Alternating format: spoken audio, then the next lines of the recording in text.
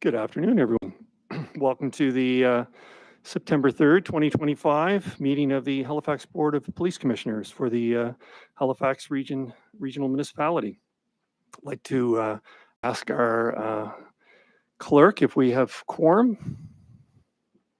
Hi, Chair O'Malley. Yes, we have quorum. Thank you kindly. And item number one, I'd like to call the meeting to order and offer our land acknowledgement. The Halifax Regional Municipality is located in Mi'kma'ki, the ancestral and traditional lands of the Mi'kmaq people.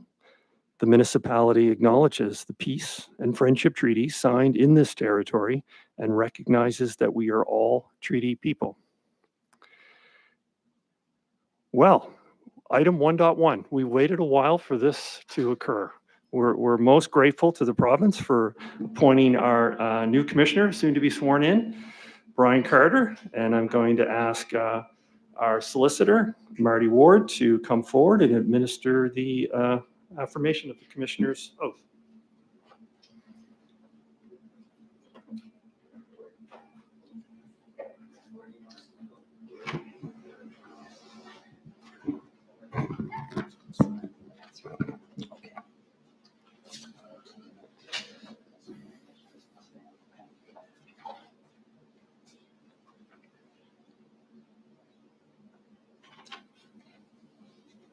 I'm going to ask you to read the oath of office, and then I'm going to ask you to swear it afterwards. Okay, there you go. I, Brian Carter of Halifax Regional Municipality, affirm that I will faithfully, diligently, and impartially execute and perform the duties required of me as a member of the Halifax Regional Municipality Board of Police Commissioners. And while I continue to hold office, I will, to the best of my judgment, skill, knowledge, and ability, carry out, discharge, and perform all the duties of my office faithfully, impartially, and according to the Police Act or any other act and any regulation, rule, or bylaw, and will not, except in the discharge of my duties, disclose to any person any matter of evidence brought before the Halifax Regional Municipal Board of Police Commissioners. I so affirm. Okay, if I could ask you then to sign it as your name appears, perhaps. Right there. Yeah, right before. 2 copies there.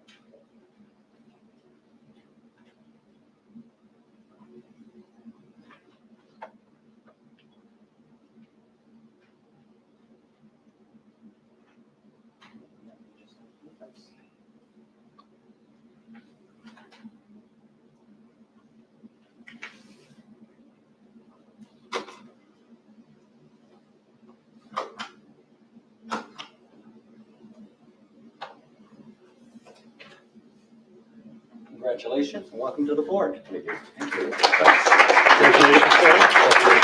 I think the chair may want to say something. Well, let's put you in the middle.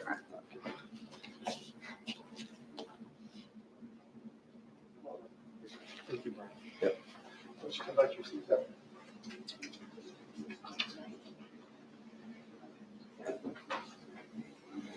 Thank you, Mr. Ward.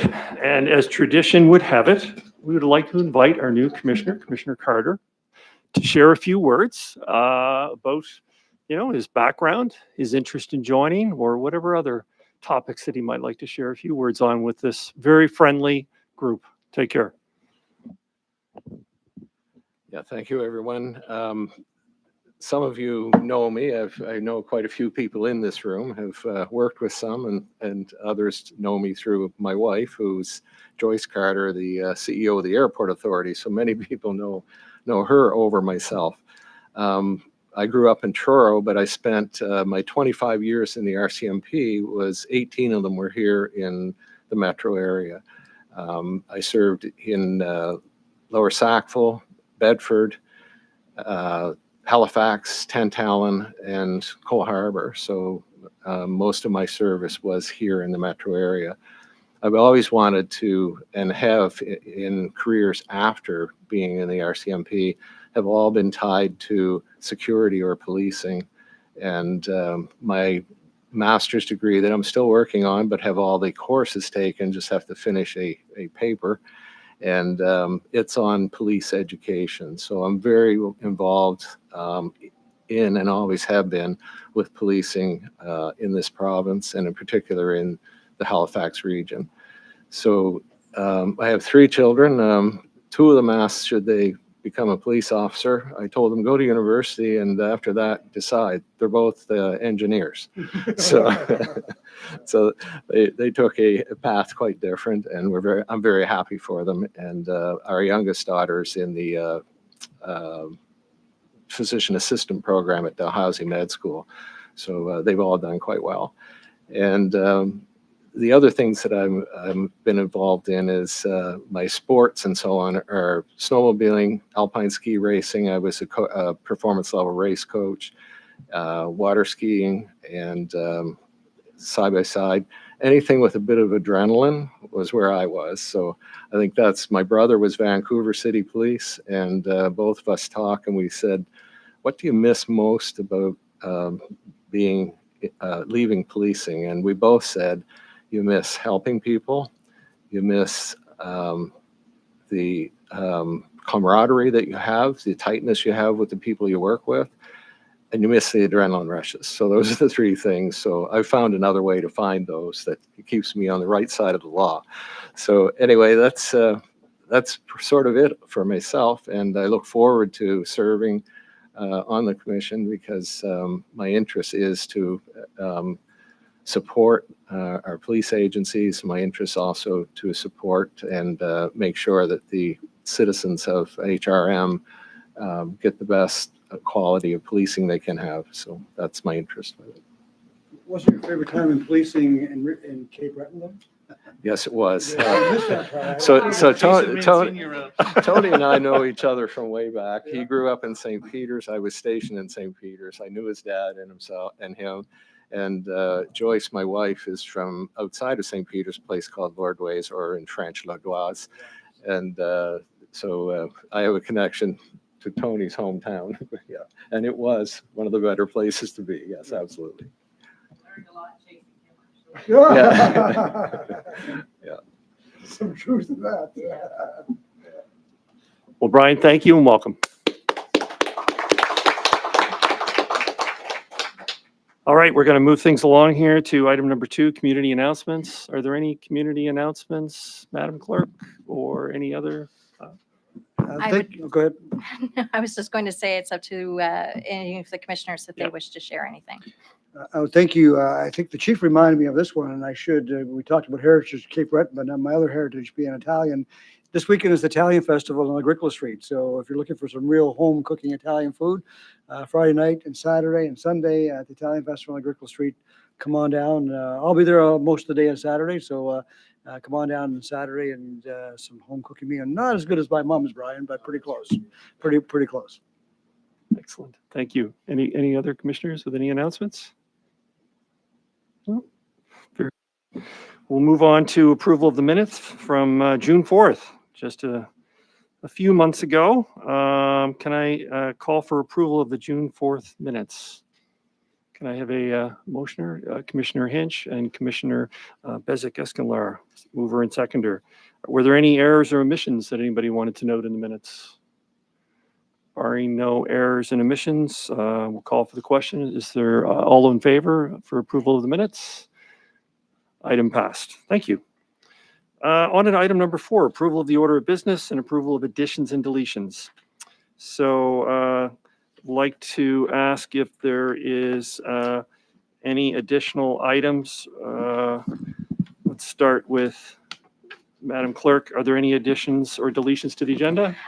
Chair O'Malley, there are no additions or deletions from the clerk's office. Thank you. And I'll ask commissioners, have you any additions or deletions or modifications to the order of business?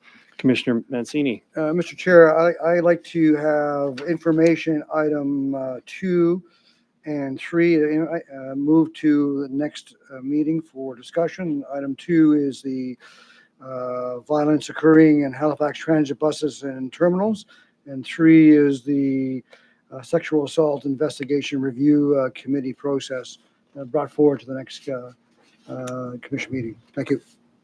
So Chair, I believe our next meeting, if the revised meeting schedule gets approved, is September 24th, which is actually our budget review meeting. So I would suggest the October 1st meeting, which is our next regular.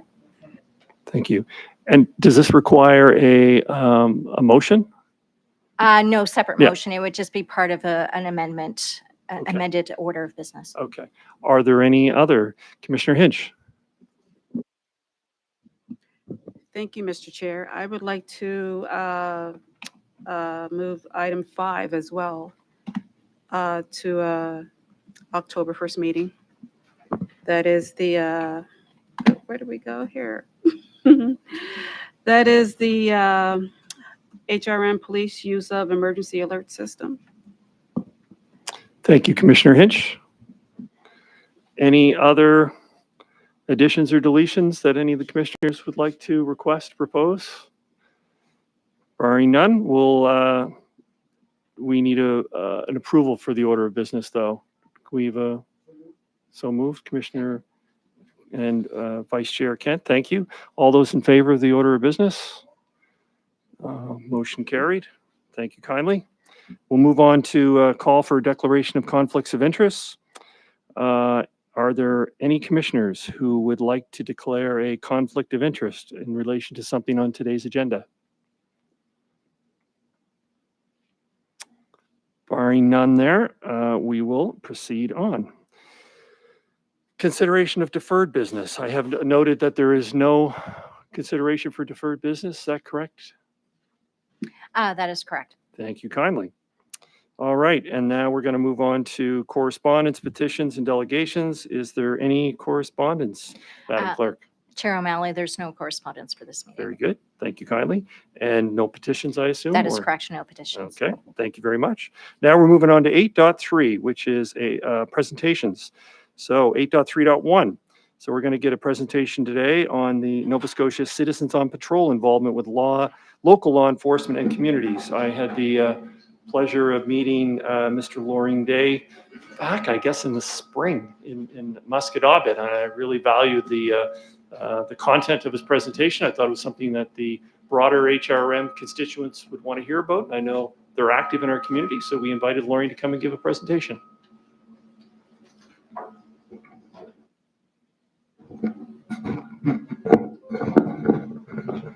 Yeah, okay, green light's on.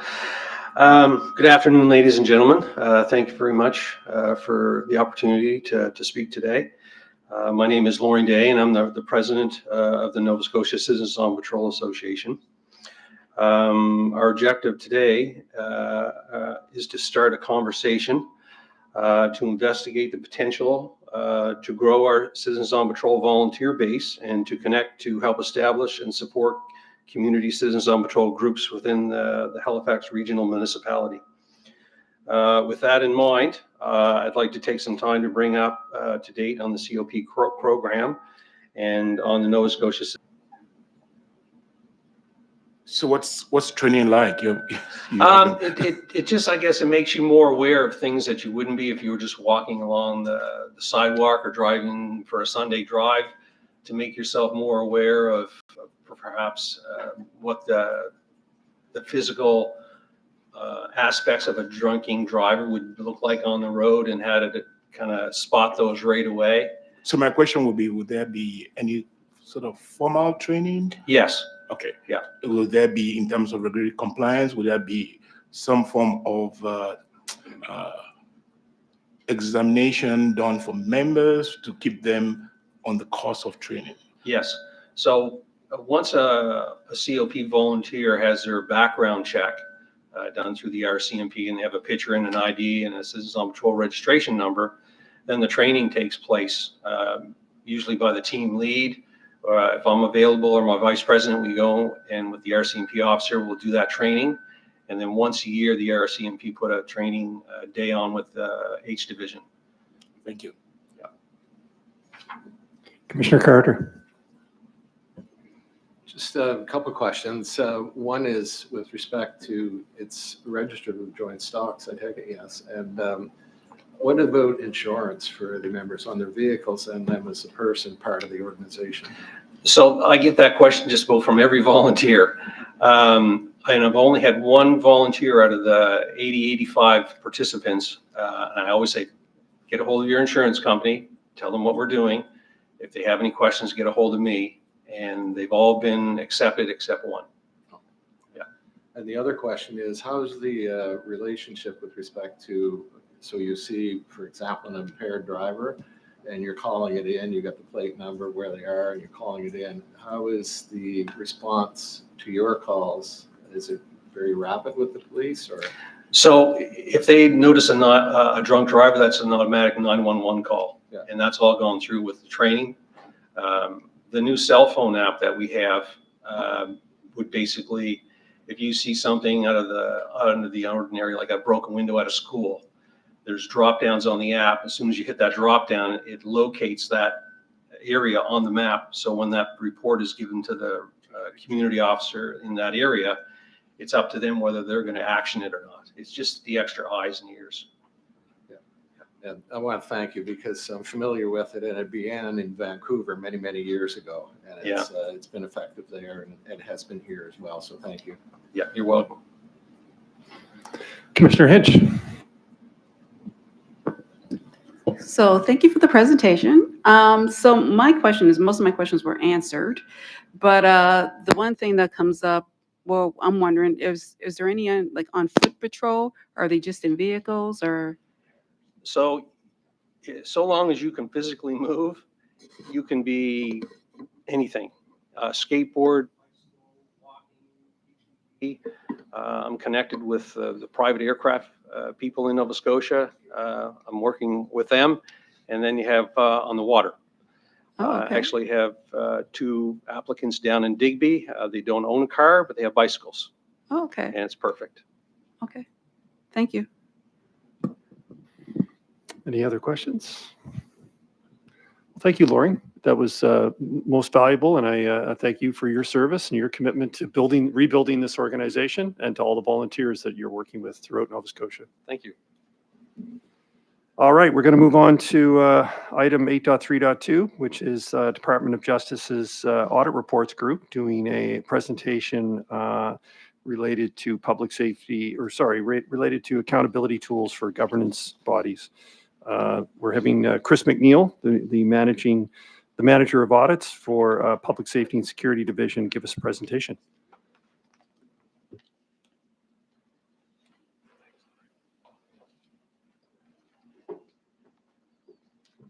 As Chris is setting up, this presentation is more so about process and how process around audits will move going forward. If commissioners have any questions about matters of a sensitive nature around how we're doing in a particular area, I actually refrain from asking those questions and keep them, and we can address them in an in-camera session in the future. Thank you. Thank you very much. As noted, my name is Chris McNeil. I am the managing auditor with the Department of Justice. A little bit about my background briefly. I was born and raised in Cape Breton. During my career, I have held various positions in diverse set of industries, including nonprofit organizations, hospitality organizations, and for an extended period of time, a performance auditor with the Office of the Auditor General of Nova Scotia, where I obtained my Chartered Professional Accountant designation. In the context of boards and committees, in my last year at OAG-NS, I appeared before the Nova Scotia Legislature Standing Committee on Public Accounts on 7 separate occasions with the Auditor General. I was witness for numerous audit and advisory services that I contributed to or led. I provided detailed briefings of audits and advisory services reports to the MLAs who sat on the committee. I mention this to note an understanding of the added value a professional auditor brings when they are open and willing to meet with those who are charged with oversight of any service or program. It is through this collaboration that my unit's audit reports can be used as accountability tools by police boards to in part uphold your civilian governance role under the Police Act. So briefly with the agenda, I'll go through the legal authorities and role of 2 items there. The public safety audit function audits themselves, the process of how we get to what we're going to do, and the present moment with first audits to begin in this month. First off, the ministerial authorities and mandate. Under Section 3 of the Nova Scotia Police Act, the minister is the constituted authority for the administration of justice within the province. Under Section 5 of the Nova Scotia Police Act, the minister shall ensure that their adequate and effective level of policing is maintained throughout the province. Nova Scotia Police Act under Section 5 further says, for the purpose of the subsection, the minister may issue a directive to a police department. And Nova Scotia's policing standards, which were released in September of 2024, were issued by way of a Section 5 directive to help ensure adequate and effective level of policing is obtained. So the authority and role for the audit function. The Public Safety Audit Function, or PSAF, its primary legislative authority derives from Section 6E of the Nova Scotia Police Act, which states that the minister may determine the adequacy and effectiveness of police services within a municipality through a system of audits, reviews, and inspections, and any other means the minister determines to be appropriate. The Public Safety Audit Function is a discrete unit within the Public Safety and Security Division and has formal responsibility related to Section 6E. The province has committed FTEs to this audit function, all of whom are newly dedicated to the unit.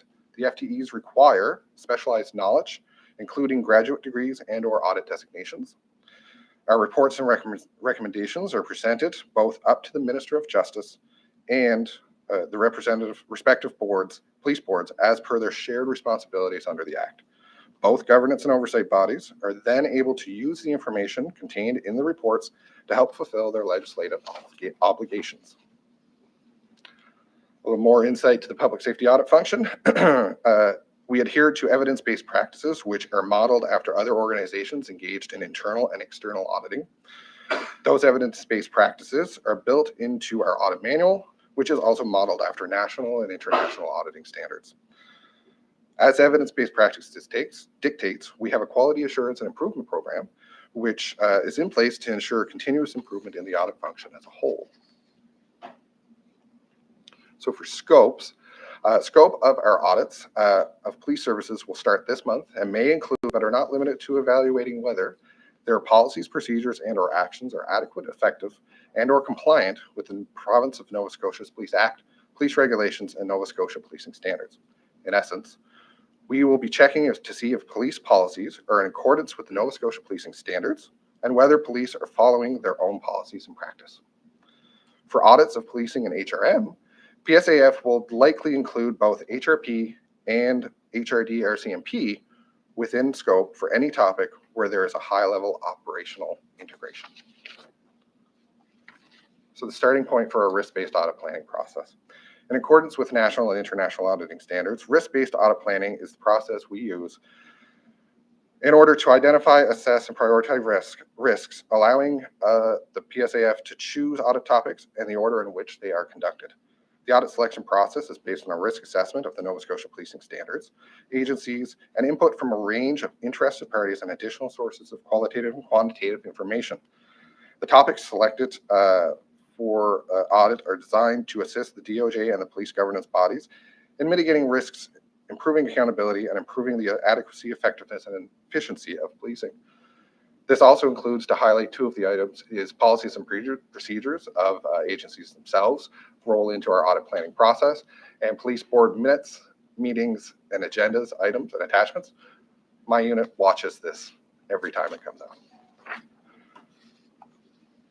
This is the roadmap to law enforcement audits. So our audits follow a very defined path where we have planning, examination, and reporting. Of note, the two yellow highlighted sections here is where we would come and interact with the board as a whole. The notification letter, which is sent to the agency head when they are notified of the audit topic and when they're under audit, is CC'd to the board chair.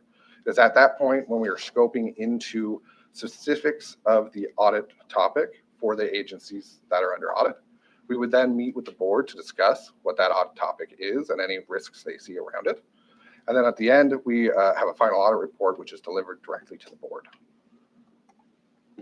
So the reporting to follow-up process. Near the end of an audit, we produce a draft report for review and discussion with senior police leaders.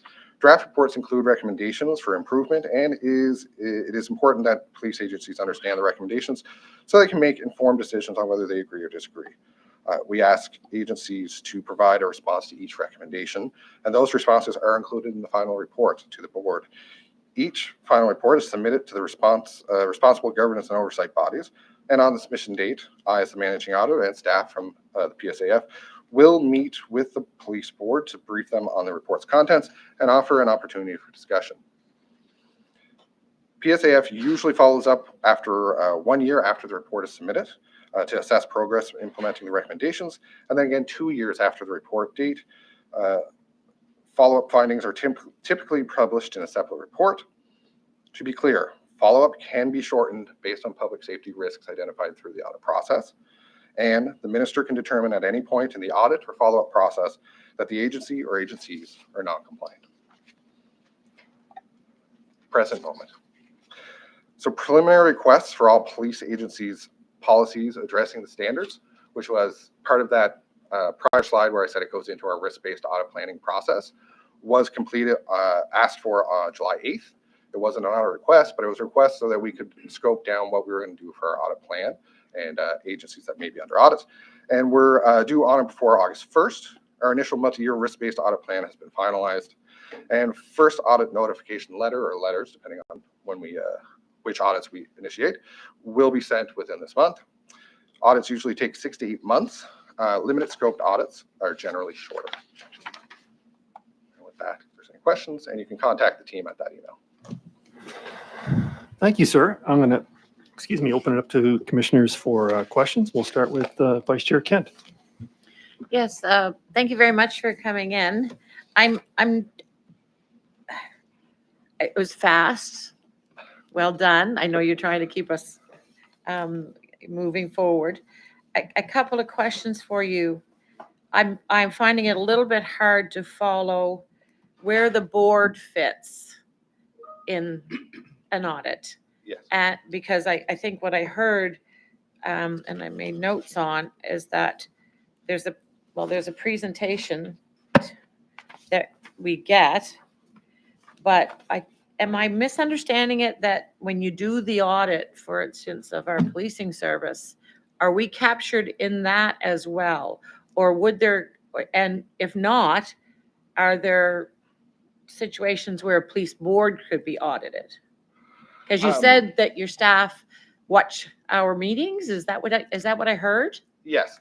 So we watch the meetings to gather information on what's happening in the police services, what's Okay. publicly available, and what community members would be seeing and be able to digest themselves. Gotcha. And we add that into a risking assessment, or just for knowledge of business is what we call it. Yeah. So we have a knowledge of what's going on in the policing services. When it comes to the audit specific, the board, in the scenario of us presenting an audit, the audit is delivered to the board. Yes. Okay. So we audit the agencies under our mandate, 11 police agencies across the province.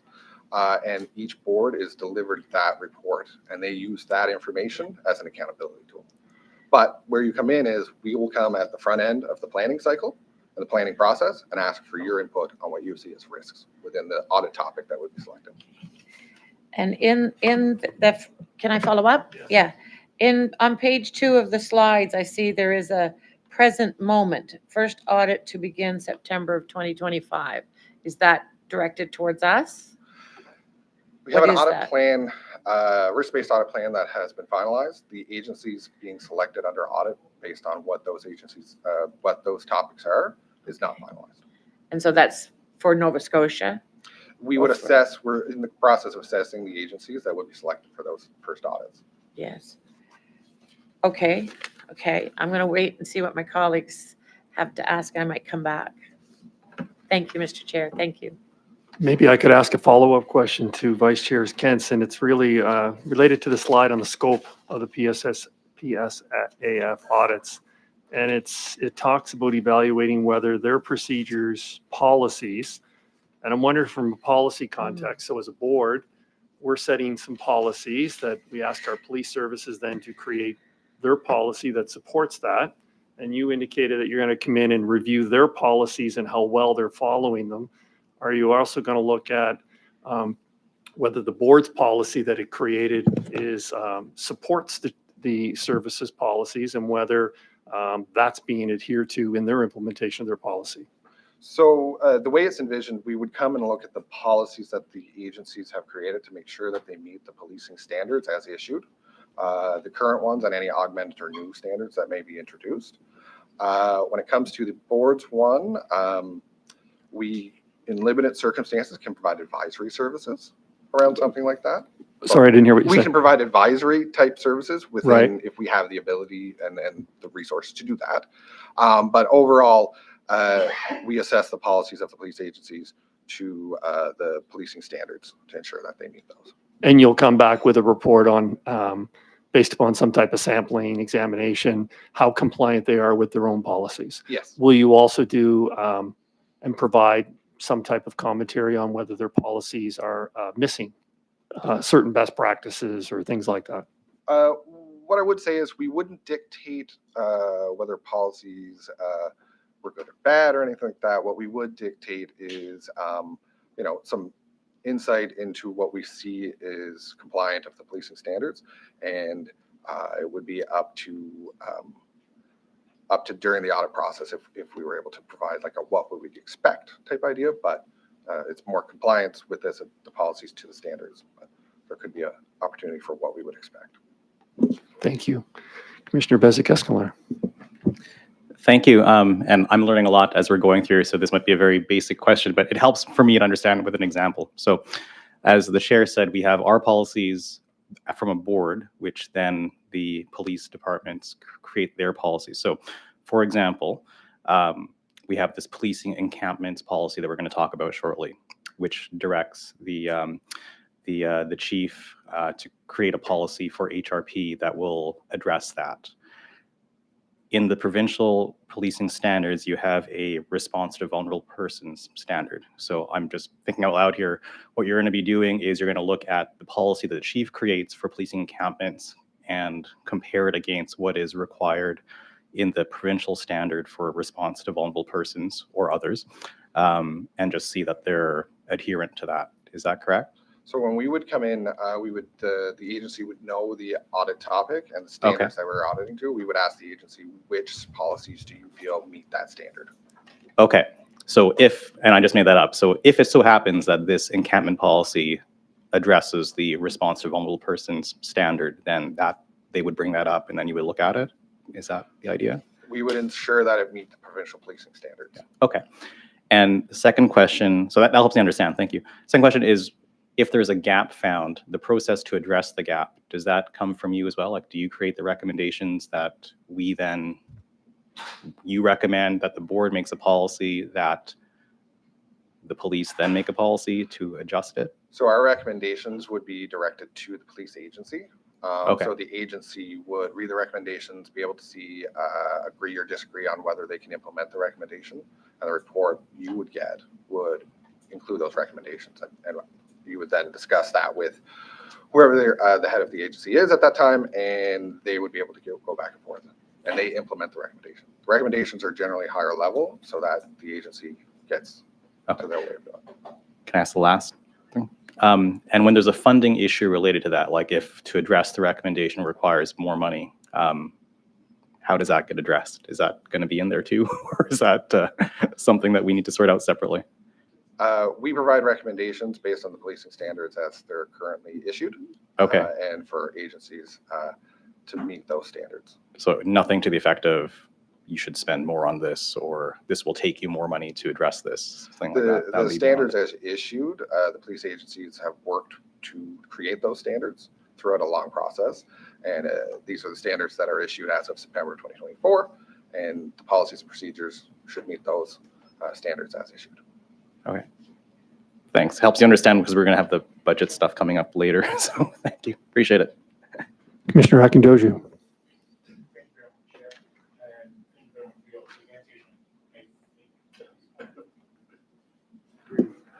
Thank you very much for your presentation. Just going to be quick here. Your agency would probably cover other services rather than just the police agency, correct? Our mandate under us is all 11 police agencies were in the province of Nova Scotia. Yes, but you being Department of Justice, you would look at other departments rather than just the police. No, our mandate as the public safety audit function under the Police Act under Section 6E is we are just police agencies within Nova Scotia. Thank you. My other question will therefore be, your audit program will be specific or general to these services as well? So when we select an agency, and as the directive was written for the policing standards as issued in September 2023, policing agencies operationalize it. We come in to see from a police agency specific how they've operationalized to ensure that they meet the standards. Correct. So would you cover HRP and also LCMP? Yes. Do you do this jointly or separately? So when it comes to the Halifax Regional Municipality, if there's a high level of integration within the audit topic, we would select both agencies at Correct. the same time to be subject to that audit and that process. Okay, the last question. When did you conduct the last audit? What year? We are a new unit, and we are starting audits in this month. New unit. Yes, and Thank we you. are Appreciate conducting audits this month. Maybe I could ask, so this is a kind of a new methodology that you're using to apply and address a variety of subject areas that you want to examine? Yes, within the Department of Justice, it's a Yeah. new methodology. And so would you, for lack of a better word, would there be a portfolio of assessment areas? Like there's 85 of them, and depending upon what your areas of concern are, you might do 5 to 10 over here, a few over here. You're making that assessment up front? Yes, yeah, through a risk-based audit planning process. that So we've is there gone through. is there the opportunity for the board, like when you present your initial engagement letter saying, hey, for this year, we're going to come in and we want to look at these 5 things? Is the opportunity for some interaction to say, as a board, we wouldn't mind seeing 6, 7, and 8 as well? At the notification letter that we send to the agency head, being the board chair being CC'd, and in that initial planning process, we were more than happy to meet with the board. And in fact, we're kind of going to make a requirement that we meet with the board Okay, to discuss what that topic is Let's and what go. you see under those Okay. standards. And then also yearly, we do a risk-based audit planning process Right. where we reach out to interested parties and not to get too into detail on how we do it, but that is something that is continuous. So every year, boards will hear from us. And we encourage boards to reach out to the Public Safety Audit Function if you have any questions or anything. We're open and we're ready to help you fulfill the obligations under the Police Act. And that's what these audit tools are about. thank you. Any other questions from commissioners? Thank you very much. I'm sure we look forward to engagement. I look forward to it too. Thank you. All right, we're going to move on to item number 9, items brought forward, and 9.1, Commissioner Mancini, Wortler Report Progress Update, Summary of Recommendations Update. And our speaker is going to be Joanne Smith from HRP, as well as Inspector Jeff Mitchell from HRD. Thank you, Mr. Chair. The reason I brought this forward is I think there's a number of new commissioners here. I don't know how deeply familiar they are with the Wortley Report. And so the Wortley Report, I think it was one of the toughest documents I had to read as a commissioner or as a counselor, because understanding what is taking place in our province when it comes to our African Nova Scotian citizens. And there was a lot of good work done, some hard, difficult work that was done. And I'm glad to see that we're always getting an update here, but I just question, it's more of a question, Mr. Chair, would there be some value at some point in time, maybe getting a high level presentation on that Wortley Report, because we have so many new commissioners. And, there was a list of a number of different action items that came out of that. I think one of the very first ones, then Chief Kinsella did offer an apologies, and since then the RCMP have offered an apology too, but there's a whole bunch of other action items also. So the reason I brought it forward is for that exactly, if there's an interest for the committee or the commission to see a more high level presentation at some point in time, not necessarily today. So would you propose that we hear the update today and then Sure. potentially Yeah. make that assessment? Yeah, I would Yeah. think so. Yeah. Okay, thank you. I'd invite the speakers up then for the update.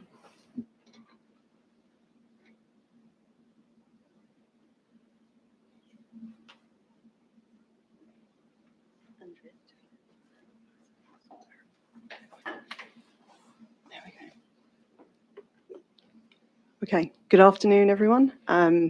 Thank you, Mr. Chair, and through you to the Commission. Thank you for the opportunity to present to you today on the Wortley Report Progress Update for HRM Police for both agencies. My name is Joanne Smith. I'm the Research and Development Coordinator for HRP, and I'll be presenting on the HRP portion, and then Inspector Mitchell for the HRD portion. To introduce yourself. Thank you. Welcome back, Commissioners, from the summer. Hope you had a good break. Jeff Mitchell with Halifax Regional Detachment of the RCMP, and I'm the Management and Administration Services Officer for HRD. So just as some quick background points, Dr. Scott Wortley released his Halifax, Nova Scotia Street Checks report in March 2019. The report showed that Black Nova Scotians were overrepresented in street check statistics when compared to their representation in the general population, and the report included 53 recommendations. The recommendations are being advanced by several stakeholders, including the Department of Justice, African Nova Scotian communities, and police agencies.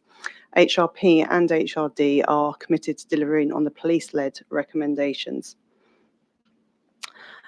So for this presentation, HRP will be providing updates on the following three recommendations. 3.2, which is around establishing a permanent data collection system to record information on all stops of civilians.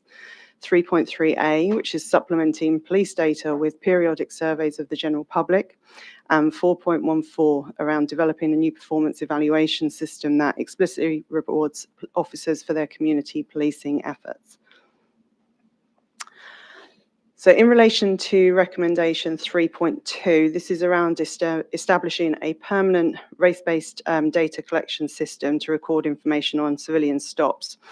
So in November 2024, end of last year, we established an internal working group in partnership with HRD to advance this recommendation specifically for the Halifax region. Myself, Inspector Mitchell, and Inspector Parasram from HRP are leading that work.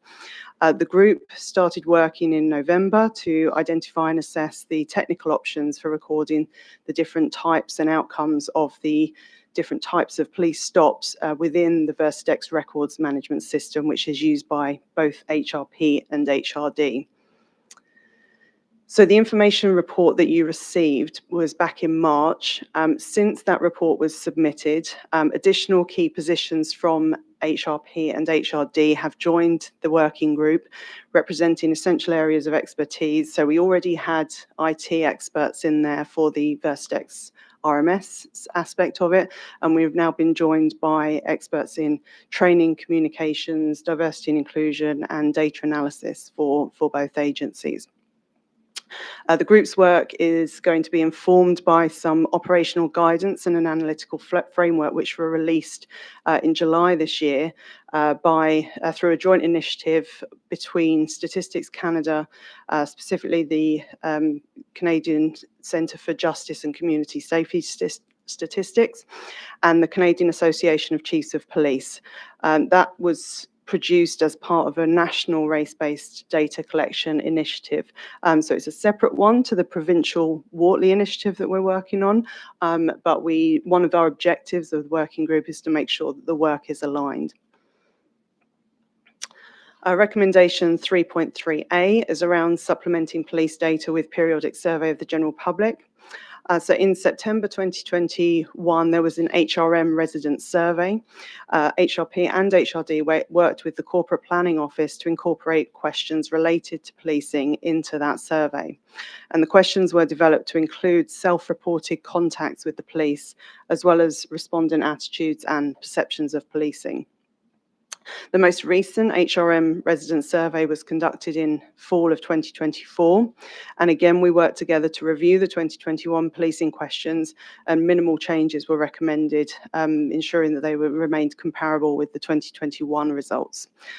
We intend to take that same approach in collaboration with HRD for all future cycles of the HRM resident survey. So that recommendation has been updated to be marked as complete.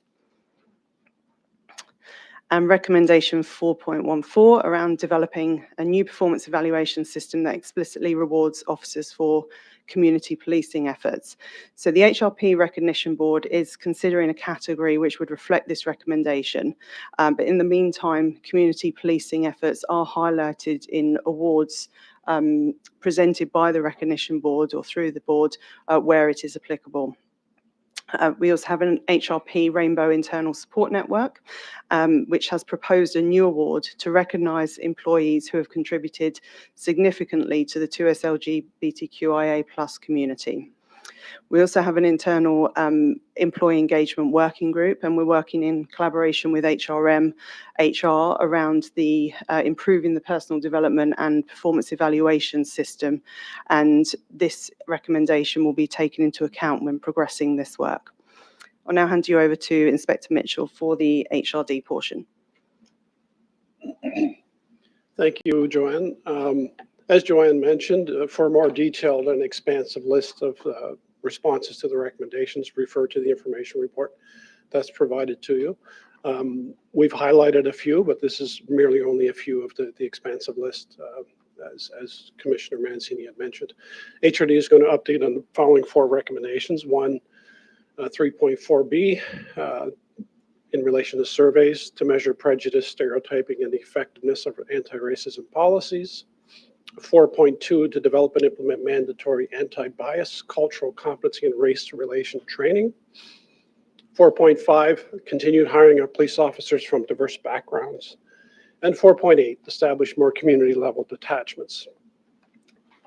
In relation to 3.4, surveys to measure presidents, HRD is working with the national team. You might have seen it in the media or rcmp.ca. The RCMP has been undergoing a race-based data collection pilot project that's been ongoing for well over a year now in different sites throughout the country. That's still in an assessment phase.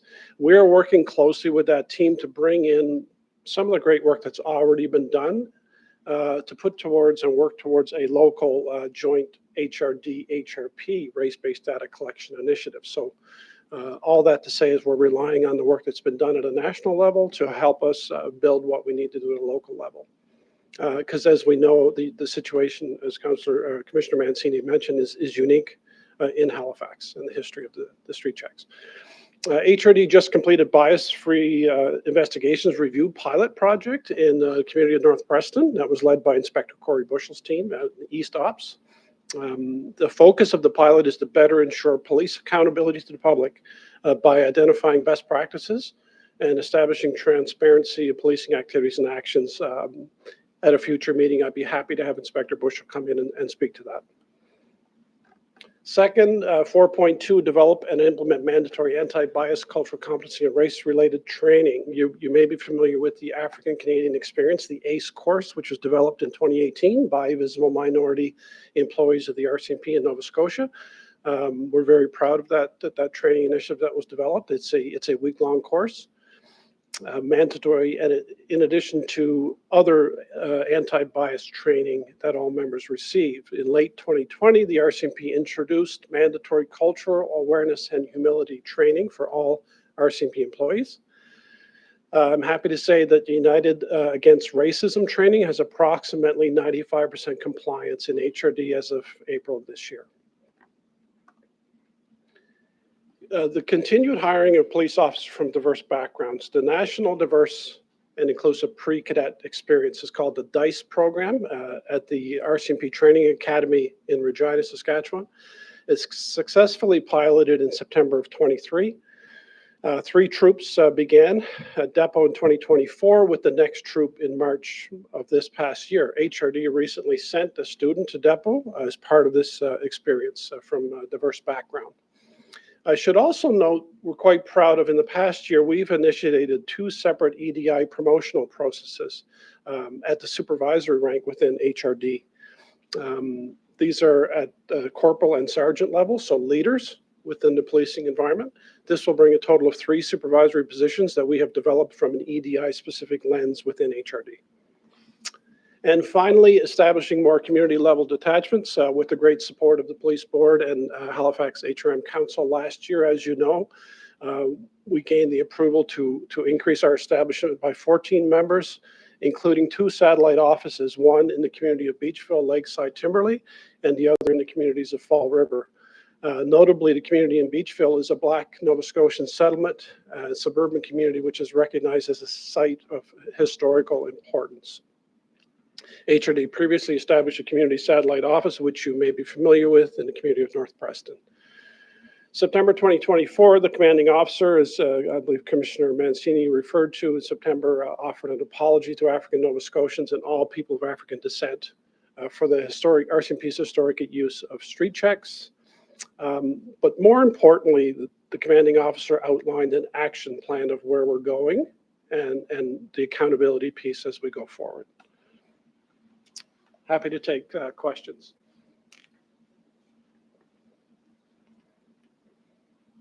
I just have a short little clarification question. On slide 8, you said HRD has completed a bias-free investigations review pilot in the North Preston community area. Can you just explain a little bit? I know you offered to get into that in a broader depth in a presentation on itself. Can you just give a little more context about what that actually is? I can't tell from the title what that actually is referring to. Yeah, you know, I don't want to misspeak for Inspector Bushell. However, I have some limited visibility on that program. It was a community-based initiative. Members of the local community and the Cole Harbour area were selected to be part of a review committee to look at more or less higher risk files, those that would include IPV files, sexual assault files, and investigations that are ongoing, to take a sample of those investigations, to use a rating scale or a checklist that's been approved in other reviews in the past, and to have a look at the work we're doing, best practices, but also to identify areas that we need to improve on. I don't have the exact stats there of how many files and the findings, but I'm Chair O'Malley, happy to come back and report on that in a future meeting. Thank you. Did it involve engaging people from the community to be part of that review, or did I understand it correctly? The formation of the committee was from people in the community. Yeah. Thank you for clarifying. Welcome. Commissioners, any questions? Commissioner Mancini.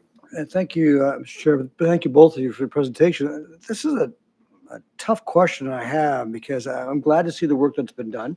There's a lot more to be done, but how are we measuring, you know, the relationship with our African Nova Scotian communities and residents? You know, has it improved? Has it maintained itself? And I don't know if anyone can answer that question.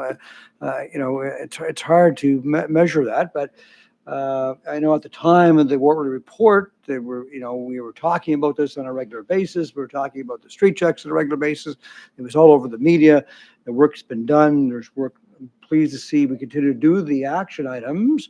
But, you know, I don't know, Mr. Chair, if there's a way that we can have that question somewhat answered, and how do you measure that? I don't know. But, I mean, isn't that the bottom line, what we're trying to accomplish here? So I don't know if any of the chief or chief superintendent would like to comment on that, I realize it's a tough question to answer, but I think it's an important question to answer. To the commissioner through you, I guess there are multiple answers to that question, and depending on from where you sit, you know, I can't answer that specifically. You could ask 10 people that could have 10 different answers about that, right? At the end of the day, and I've said this, the best that you can do is prepare your officers to go in and do the best that they possibly can.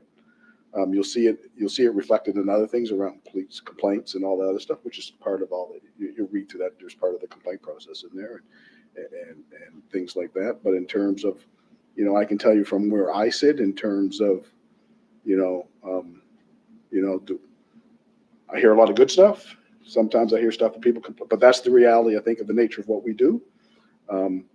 the fact that we don't see it posted on the front page of the newspaper or the CBC and to all like, back at one time, I think that's a good step.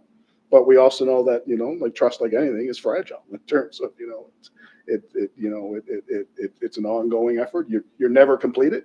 The answer's never, some of these things will never be done just because they're ongoing things that always need focus, attention, and work in terms of when you're talking about relationships, just like in any relationship you have, you're never done as to terms of when that's completed. But I would say, at the end of the day, I think we're in a pretty good position, but never to a point where you can sit back and go, yeah, we're done now. You need to continue. So you would have saw you gentlemen both had the opportunity to come to our last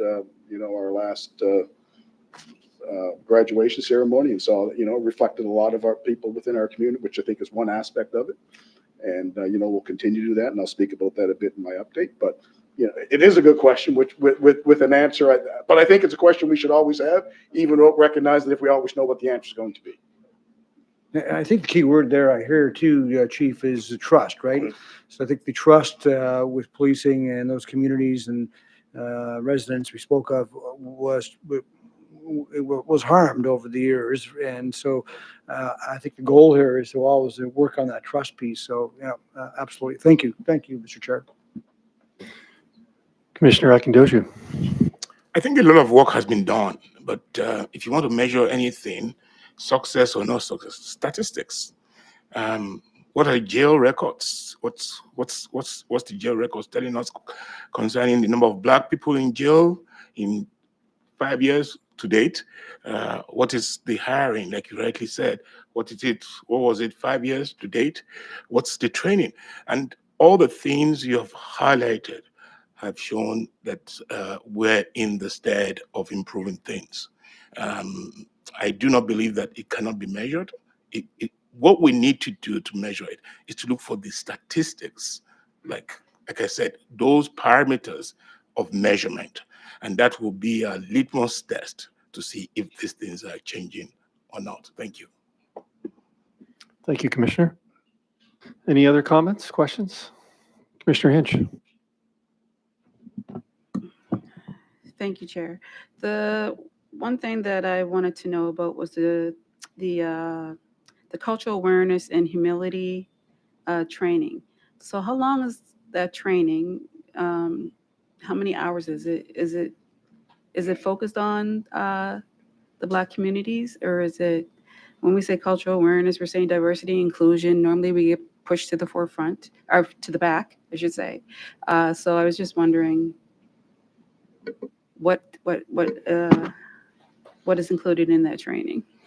Through you, Chair, to the Commissioner, thanks for your question. And it is an online-based training. We call it an Agora-based platform. I can come back to you, Commissioner Hinch, with the time period it takes to complete that course. And to answer your question, you are correct. It's a culturally sensitive training, so it's open to a variety of cultures, not just African-Canadian community. Thank you. Thank you, Commissioner. Commissioner Bezic-Escalante. Thanks, Chair, and thank you both for the presentation.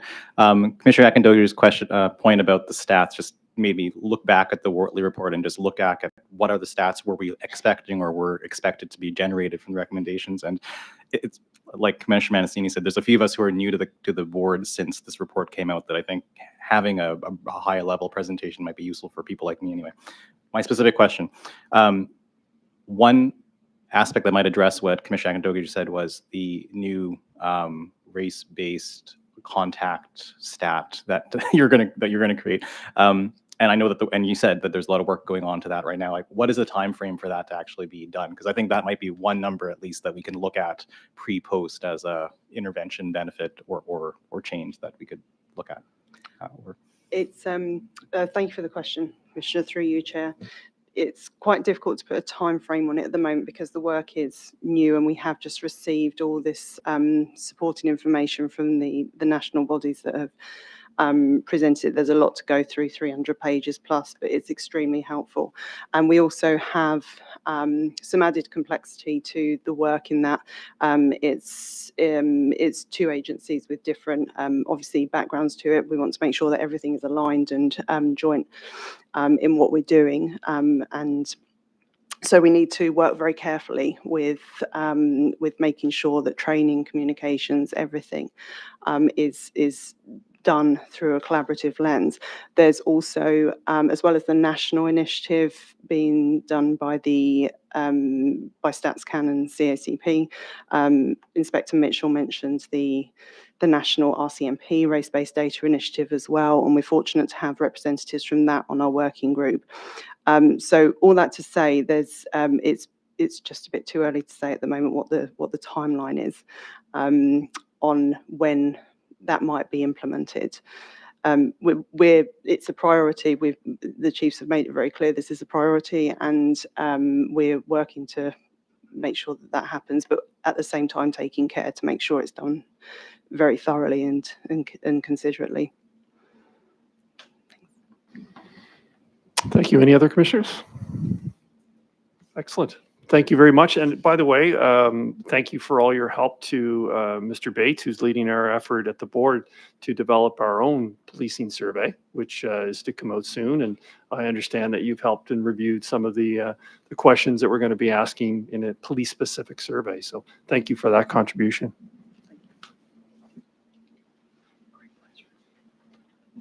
All right, we're going to move on to item number 10, reports discussion. And obviously into 10.1, we're going to hear from our beloved chiefs. And looks like Chief McLean's name's first on the list. Yeah, beloved, the first time for that one. So good afternoon, board chair, and to everyone. Chair O'Malley, welcome to Commissioner Carter. It's nice to have you aboard. Obviously, seen you around for many a year, and looking forward to everyone. Obviously, it's nice to be back, but I also lament the fact that being back in September means we're getting to the end of summer as well. School starts tomorrow, so yeah, we'll just leave it at that. So obviously, we haven't been here in quite some time, so we could probably sit here between us for a couple hours. We'll try not to do that. You know, from a high level major investigative position since our last meeting in June. We did have a call from the medical examiner that notified that we had a sudden death that occurred actually not far from here in Dartmouth last December.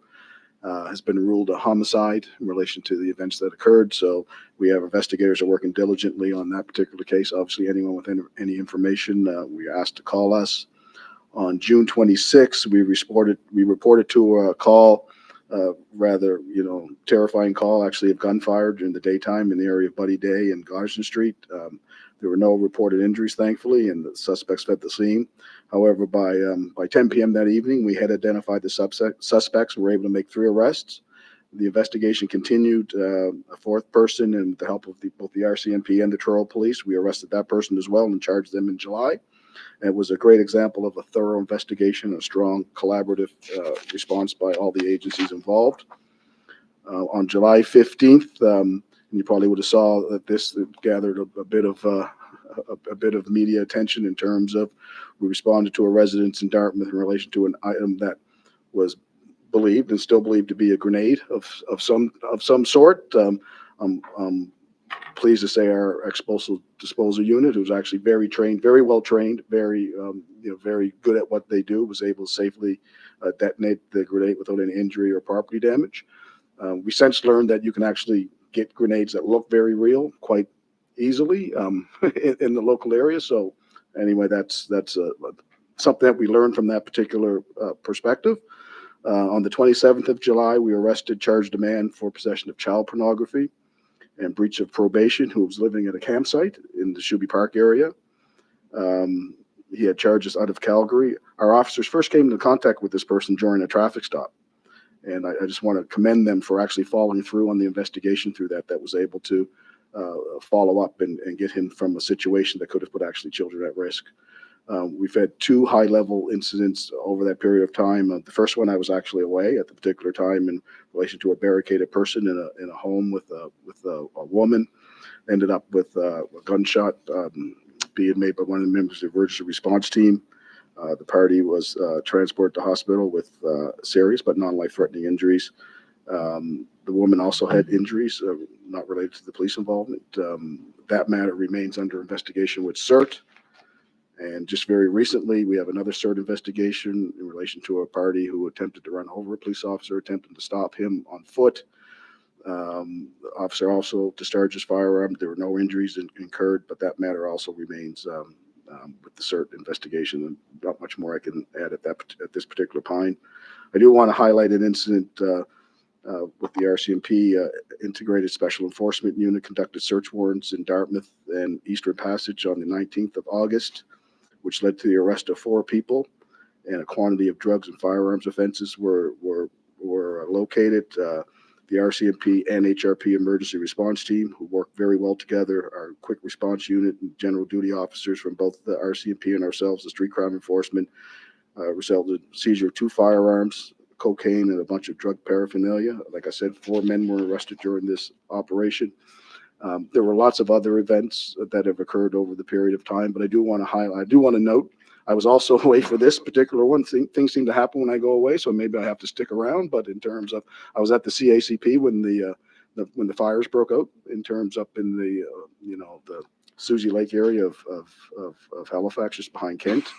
I was on the phone a lot with our officers, some who were here on because we know the tragic things that can occur from wildfires that occurred in this area. So I just want to thank all the members, HRP, RCMP, who evacuated businesses, manned roadblocks, who allowed the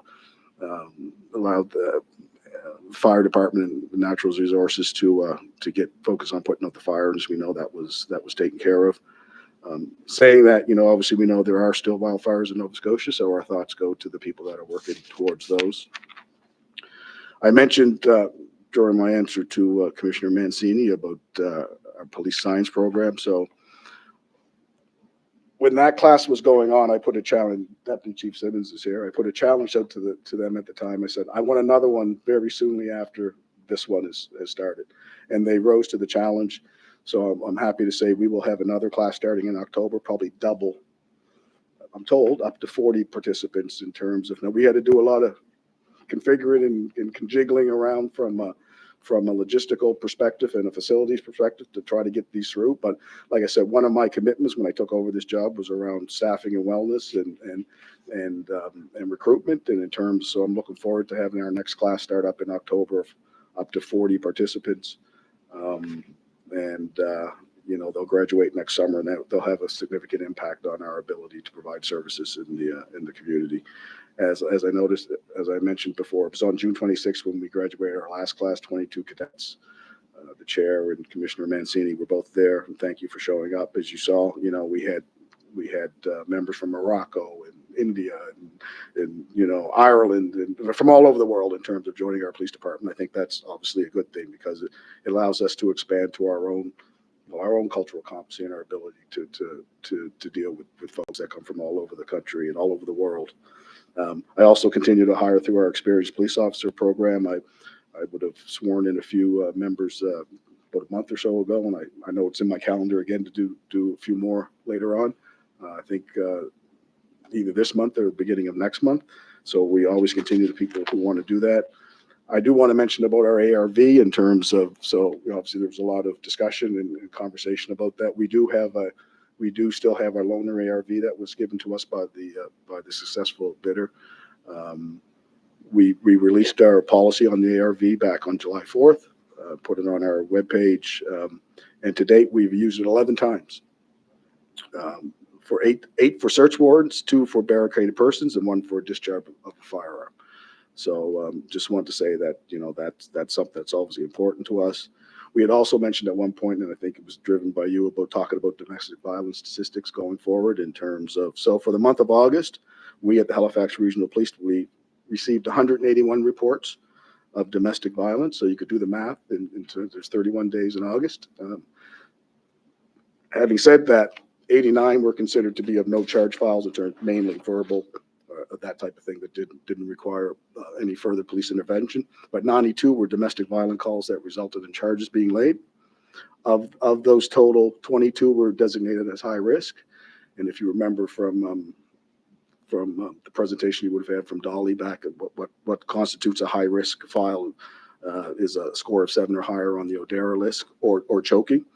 And there's also been a critical development in 20 files over this period of time, which refers to a file that was originally designated at high risk and where a new incident was occurred, which basically restarts the clock again in terms of getting back to all of the high risk notifications to all of our partners and all that stuff. So it is obviously a very pertinent issue and something, obviously I know it's near and dear to Commissioner Mancini's, obviously it's a passion of his to a certain degree, but just to know that's something that, we continue to work on, and obviously it's something very important. From a gun violence perspective, we have had 13 shooting incidents in HRP area this year. 4 homicides have resulted of that, and we've seized 284 firearms. And we'll talk about some of that in the statistics part later. From a traffic perspective, we issued 602 summary offense tickets in August, from the 1st to the 26th. There were 21 charges laid for impaired operation of a vehicle. And as this is September, the focus will be on making sure everyone pays attention to all the kids going back to school starting tomorrow. Not just the kids, everyone, I think, going back to school. We'll start seeing, we will start seeing the people doing road traffic control and that stuff out there on the road. So obviously to be very mindful in terms of, as September, I noticed just off the, coming in the mornings, you see now the traffic is more, everything gets increased, and in terms of ensuring that people remain there, obviously both vigilant and vigilant in terms of ensuring traffic safety from their own perspective. And just a couple community events coming up soon. October 4th is the 14th annual truck convoy in support of Special Olympics, always near and dear to the heart of Nova Scotia law enforcement, as one of our major sponsors of Special Olympics, Special Olympic athletes. So look forward to that. And on the October 19th, and everyone here will be invited, is to the 43rd annual Nova Scotia Fallen Peace Officers Memorial, which will be held down at Parade Square. It's an important event where, the law community and enforcement community come together to honor those who made the ultimate sacrifice in the line of duty. And subject to any questions, that's my update for today. Thank you, Chief. Questions from the commissioners? Commissioner Mancini? Thank you, Mr. Chair. Chief, thank you. That's a lot. I know we haven't met, but and because of the summer months, but that is definitely a lot. Where do I start? Thank you for reporting on intimate partner violence calls. 180 in the month of August. That just confirms that we are in a crisis on this topic. That's just staggering, but thank you for reporting it. And I will continue to ask about this as a topic. I think it's important to all of us. And so thanks for reporting on it. The number of gun violence, that's a lot too. 13 shootings, and first time I can remember, a long time, hearing your officers having to discharge a weapon. We don't usually hear that, but that's unfortunately the world that we're living in, and the size of our city growing so rapidly. It's a numbers thing, and associated with that, of course, is 4 homicides. You talked about the hand grenade in Dartmouth, and there was also a shooting just down the street from that around a short period of time. I do need a comment on how well your teams responded to those areas. In both cases, there was problematic homes that were the challenge, and boy, the response time. Well, I even hosted a town hall meeting with the shooting. Your team was well attended, and the problematic homes are no longer there. And the people that are involved are no longer there. And so, amazing work. Maybe the homes. Yeah, that's right. People, the homes are still there. You didn't come in and tear down the homes, but it was remarkable because both those communities these are old Dartmouth communities that are not used to having this, and the response was amazing. And having the town hall meetings were very useful and addressed many concerns, and the number of calls and emails afterwards was remarkable. And so my hat's off to your team. There's too many to list, but under Inspector Marinelli in both those scenarios, fantastic work, Chief.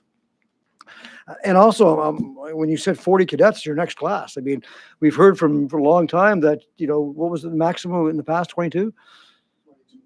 24. I don't know how you're doing that, but are they just going to be all small cops?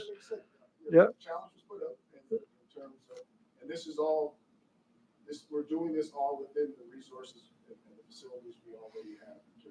It's taken a little bit of work.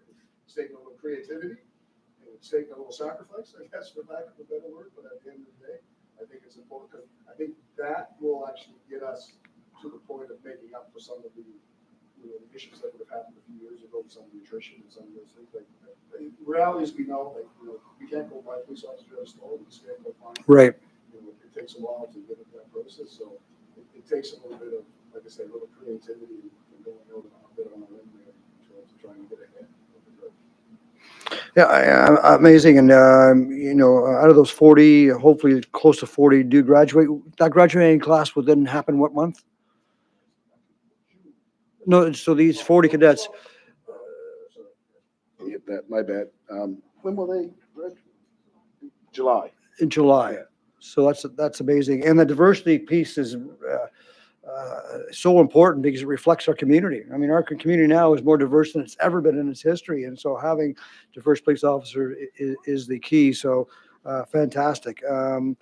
And thank you for the update on the armored rescue vehicle and that usage. It's 11 times it's been used. I know part of the policy is to report back on that in more detail. And so we look forward to that. I have other questions, but I'll yield to my colleagues and I'll come back. Vice Chair Kent. Thank you, Mr. Chair. Thank you, Donnie. As always, it's good to hear what's happening on the team. The class, I guess I want to sort of focus on the class a bit. I'm thrilled to hear that you're looking at the doubling the size. I am curious about how did you go about, I guess, the attractiveness of, attracting people into the program since the last time we talked, because I think that was a bit of a barrier that we were facing, should say a challenge we were facing. And if I could ask, do you have any sense right now of how many in the last class, and if you have any goals for this class, of how many have actually been able to be hired on in our service? We've hired everyone. You hire everyone. Yeah. Good answer. Yeah. Great answer. Oh, that goes without saying. Yeah. Okay. And even the terms of attractiveness, I think we have to, 'cause everything has to be put in perspective. Like, so there was a time, probably when I came on and probably some back, we would get maybe a couple thousand applicants. Yeah. Right. But at the same time, you have to recognize there was a great group of them that weren't serious applicants. In terms of, because I know, and I've told the story many times about how I ended up in the police department, and I literally walked down to the police department, of which I lived pretty close to at the time, and put my application on the last day they were accepting applications as I wouldn't say a whim, but part of, I really didn't know what I was doing. I had a good buddy that wanted to be a police officer, so I went along with him, and voila, here we are. So you can't do that today. Like in terms, like the pre-process is a little more strenuous in terms of just showing. There are other things you have to do. Now, it worked for me, but the reality is, there are other things that have to be done now in terms of putting an application together and so when I say we still got within the last we still had 700 to 800 applicants. Like in terms, and even in this particular case, in terms of, and like I said, we had never done one so quickly after the other. Yeah. In terms of, to get to the point where, because one of the things they know if they were here, that I ask every time in terms of where are we with our class, and I'm always assured we will get to the we will get to the to the point that you've directed us to get to, and a lot of it, and there's a lot of things that a lot of the stuff that I thank this board for in terms of doing like the background security investigators that the added background and security investigation folks that we've put together. All of that plays an important role in able to do that in terms of now. It puts a challenge on some of the other things we want to do because some of the other things get put to the back, because everyone that comes in our organization goes through a background security check, and they obviously get a focus. But yeah, like in terms of, I think that there still is an interest in policing, and it's obviously dependent on and also to the folks that we have within our own organization who are ambassadors and going out and doing the recruiting part. in terms of Yeah, going out I'm- and going yeah. around and doing that stuff, which is I'm very really important. glad to hear your answer on Right. so many different things. The importance of the ambassador, of the members. I've had conversations with them around that, and in a few cases, a bit of a challenge to them. I said, your homework is, when we're talking about the work that this board would do to see that shift. And we've put that challenge to you. We've talked about recruitment strategies and such here that, and I think you're hitting on the mark. It's really good to hear so much about the recruitment that's happening. Yeah, we want to see improvement, and I think that's what you've just reported on. So thank you, and thank your team for all of the effort that they're putting in. A quick question. I just want to follow up. I think the folks from the Citizens on Patrol are no longer here, but can you speak to sort of an equivalent scenario that we would have at HRP? Because the question was asked, do you only work with the RCMP?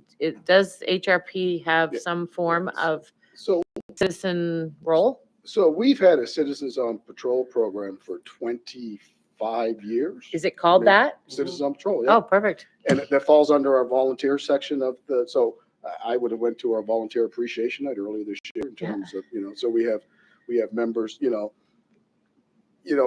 there was some attrition around COVID and some of those other things, even some of the issues I talk about in terms of patrol members they actually have radios in terms, that's how they communicate to our folks and stuff like that. They have an ID, they're signed in, so they have to go through a rigid background check period and all the other stuff as well, because they have access to our facility, access to our things. And but we have them in our different areas, and always looking at continue trying to build them up and stuff like that. But it's something we've had for quite some time. And do you get very many that actually apply?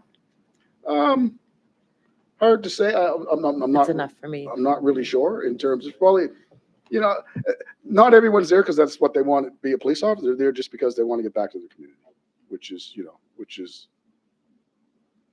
fair. Yeah, the youth program. Yeah, there's another part of our volunteer program, and it's a big section within our CRCP world. Thank you, Commissioner Hinch. Thank you. I kind of remember back in the 90s when I was volunteering for the police as well. We had a uniform, we had our little badges and everything, which was awesome. I missed that program a lot, to be honest with you. So, We still have a HRP youth program. yeah. Yeah. It was a good program. And I was occasionally put on the McGruff crime dog. It's blue now. It's blue now? It's called Blue. Okay. Blue is the mascot now. Yeah, I used to have fun back then. Chief, you mentioned the incident that happened on Buddy Day in Godigan Street. So a lot of residents came to me, folks from even the library have come to me with questions on safety for the kids, safety for the community, what could be done or what more could be done with regards to, because the library went into a lockdown. There were still children in the little basketball court in between Ahern Manor and the square. There was things that they were asking if more could be done, or maybe if there could be a follow-up of sorts with regards to maybe having a session with our youth to, in those situations to know what to do in the future. So that would be my question. Yeah, well, part of it's a sad reality that we have to have that conversation about in terms of, that sort of stuff, occurring in our communities. But, we see, and we see the news across the country. We see that,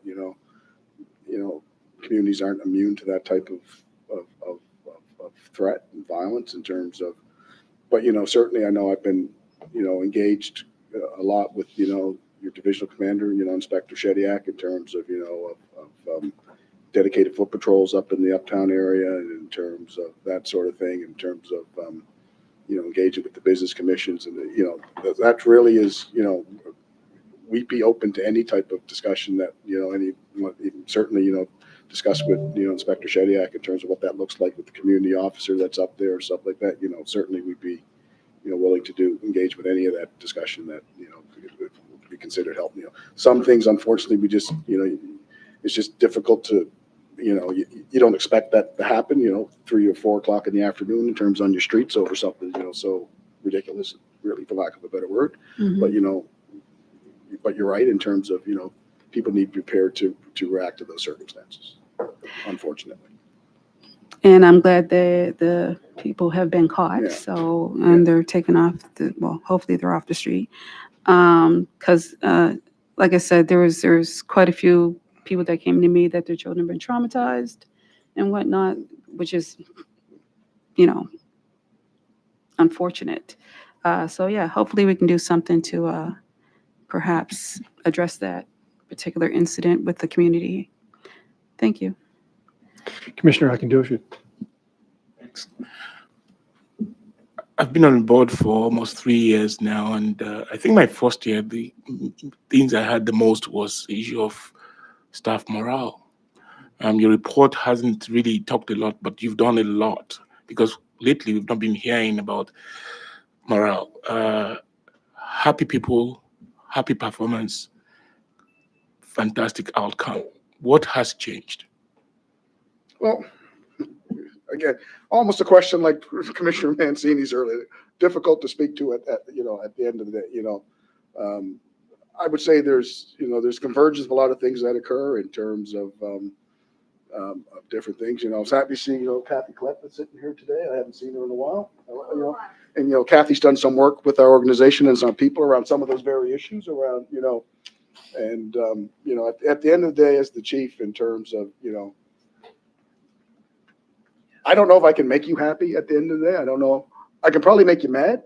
Like I can probably do that in terms of, but myself, the leadership team, just trying to set, relationships with the union, relationships with the member, all those things around. At the end of the day, if we're sort of rowing in the same direction in terms, and like, and I said it that when I graduated, that I'm going to make decisions sometimes that the folks sitting there, you're not going to like.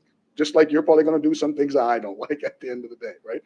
But the reality is, at the end of the day, we can get to a place where we have a kind of common vision in what we're trying to accomplish, and we're transparent about it and communicating what we're trying to accomplish. Then we'll be at a place, in terms of we're going to have a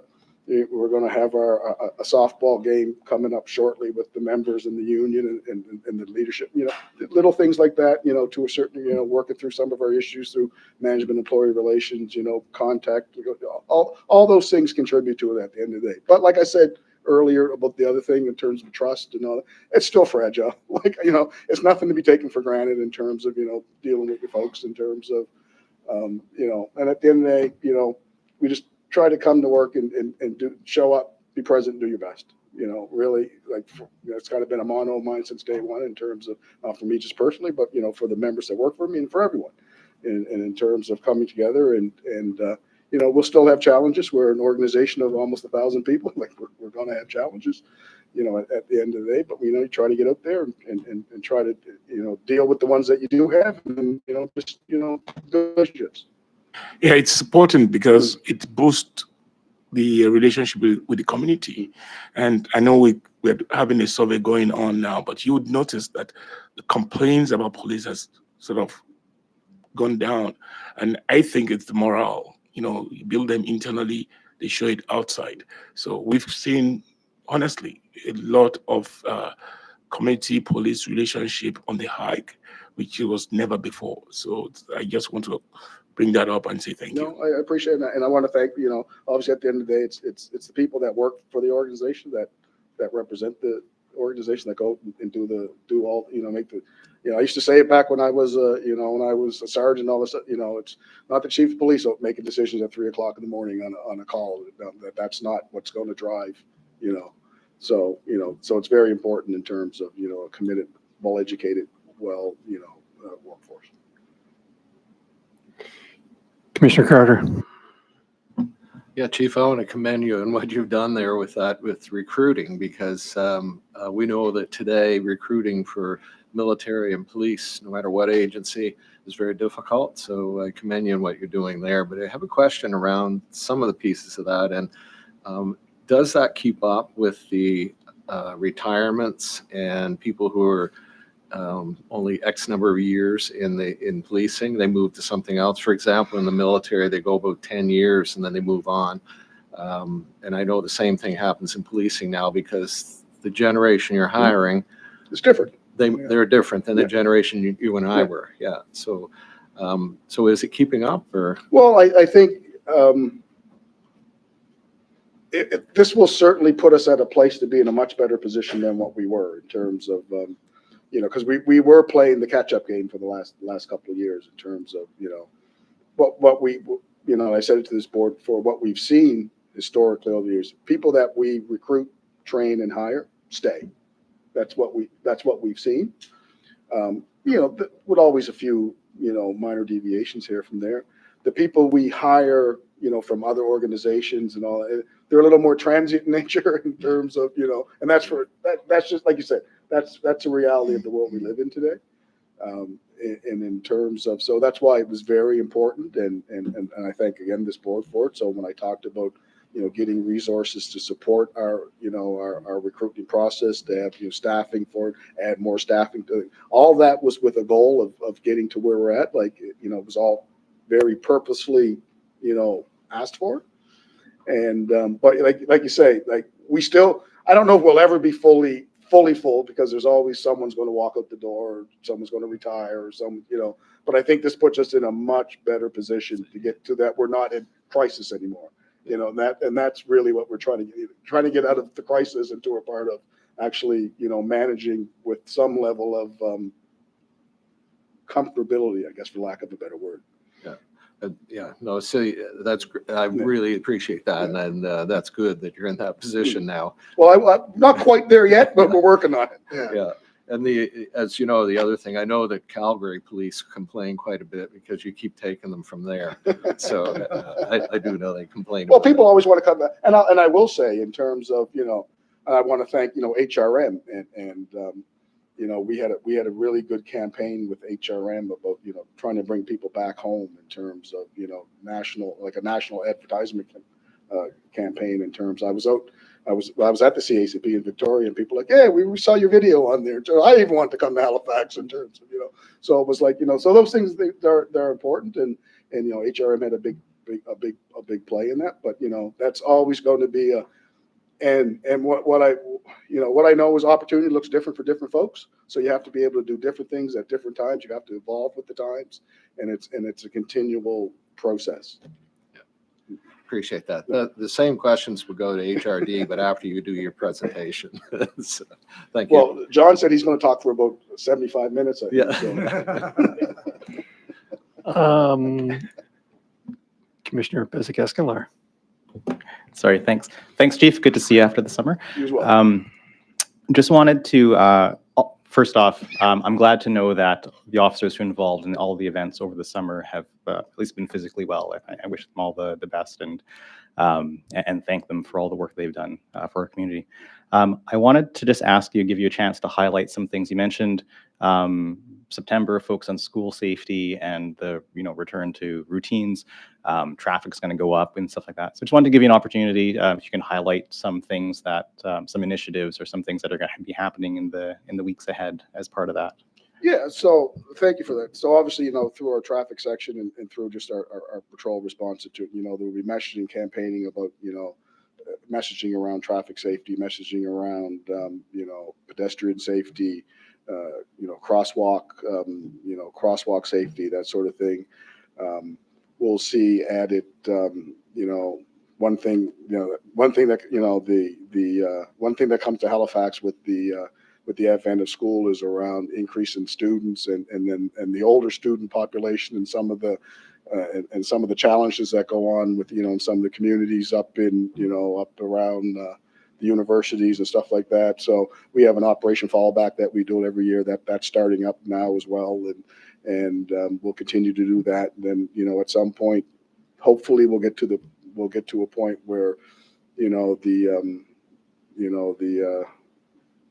homecoming weekends aren't quite as active as they've been, you know, in terms of, you know, and I think we've done a pretty good job over the last couple of years, but I mean, you know, it wasn't that long ago when I was a deputy standing there dodging glass bottles at, you know, midnight down on one of the streets down there, like in terms of, you know, so we realize that's still a thing. Again, it requires, you know, attention and focus and, you know, working with our partners at the universities and that sort of thing. But yeah, there's always in this time of particularly in September with school and stuff coming back, that we will see an added focus on from our officers around both the road safety stuff and the sort of influx of lots of, you know, students that come into the town at one particular time. That you know, again, and I'm not trying to in any way, you know, denigrate, you know, students that come back, because it's, you know, I was one at one time. I'm sure you were as well. Like in terms of, you know, people go around. Yeah, Halifax is a place to have a good time and do all those. I get all that, but that, you know, but there's a point at which point that your activities tend to adversely affect those in your community in terms of, that's what we want to stay away from, right? It's not telling everyone you have to just go home at, you know, but it's, you know, behave responsibly, you know. Commissioner Mancini. Thank you, Mr. Chair. Chief, I have 4 questions for you. Isn't there a limit, like at some point? No, it's timing limit, timing, not the number of questions. The going back to the 40 cadets, so I have to wear my other hat, which is a counselor hat, and you're graduating this group in 2026 of July. How does that impact from a budget perspective? I already have those positions. Okay, so we just haven't been filling them, they've been approved, okay, Yeah. great, thank you. Davis Cup is coming up, and we know that there's, you know, it's no secret, there's some planned protests around that, so maybe you could just speak to that at a high level. You know, one of the commissioners mentioned about health of our officers. Last Friday, there was a pretty difficult call, difficult because someone took their life and it impacted the community and the family. And I think the officers, it was a pretty tough call. So maybe you could speak to that and about your officers' mental health. And back in June, there was an impaired driving case that was dismissed because the arresting officer didn't show up at court. So, you know, I didn't want you to go into details on that, but how does that happen and how do we prevent that from happening in the future? Those are my questions. So the first one I answered, for the Davis Cup, we will have, so we've been engaged with both the, you know, Scotiabank Center and Tennis Canada, and we'll have a plan in place. Okay. That's about as. Yep, you high know, level, I right, understand. you know, Yep, yep. At the end of the day, again, I don't, you know, people have a constitutional right to protest. Without question, Right. yeah. So it's not about quelling protest, but it's about ensuring that protest done in a peaceful and legal manner in terms of, that's what our job is for. You know, we have a well-trained team. I think that has done that for the majority of just about all the protests we dealt with, but you know, they're all dynamic. They're all subject to change. So we'll have a position for that. You're right. There was a call on Friday that from all accounts was pretty gruesome. And in terms of, you know, so we would have been engaged with our EFAP and our mental health supports. And, you know, we spoke about it at our senior team in terms of you know, make sure that we're reaching out to folks and ensuring that, you know, that they get the support and stuff that they want. And Just on that, Chief, if I may sort of interrupt. So something that's horrible as that happens, and there's been engagement with your officers, but then time goes by. How do we make sure that, you know, there's still a check-in with those officers that had to go to that scene and had to see what they saw, other than the immediate time after that occurs? Yeah, well, I mean, you know, part of that is, you know, part of that is on, you know, HR has a sort of statutory kind of, you know, sort of responsibility of ensuring some of those things in turn. But it's about, you know, it's about reaching out to their folks, but it's also about your peers.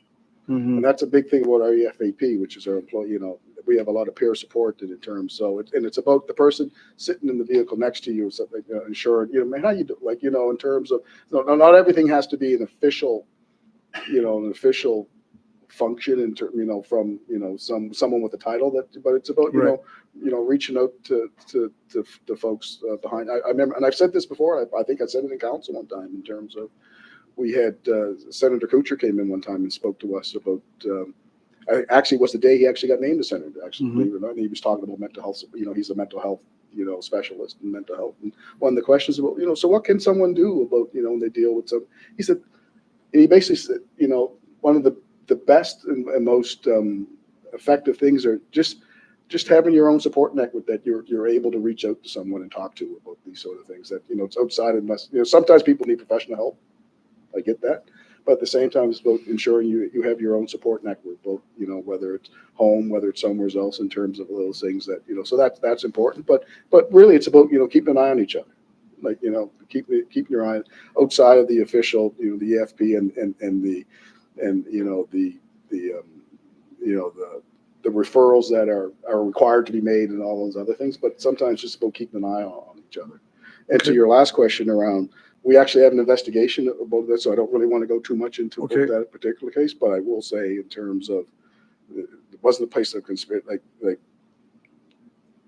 there are times when subpoenas are issued to people that aren't at work in terms for different reasons, and sometimes things get missed, but anyway, but there is an investigation going on, so Yeah, I guess at some point in time, I mean, without getting the details of that investigation, it's just concerning to hear there was an arrest made and it has to go through due process. I understand, but for an officer not to show up, I mean, that's just concerning, I think, so obviously we can't get into the details, but at some point in time, it'd be nice to, how do we prevent that from happening in the future? Yeah. Actually, I have a meeting with the Crown actually this week to talk about some of those issues. Okay. Yeah. Thank you, Chief, very much. Thank you, Mr. Chair. All right, so in the interest of time, how about we take a little wee break, 10-minute break, and then we'll come back and have Chief Superintendent Duff do his update. Let's start by 75 minutes. No, not 75 minutes though, maybe 5.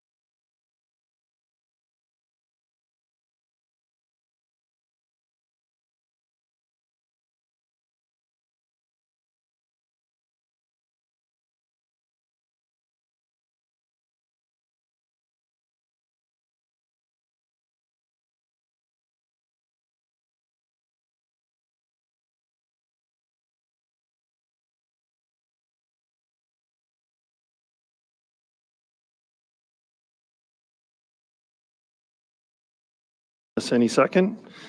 We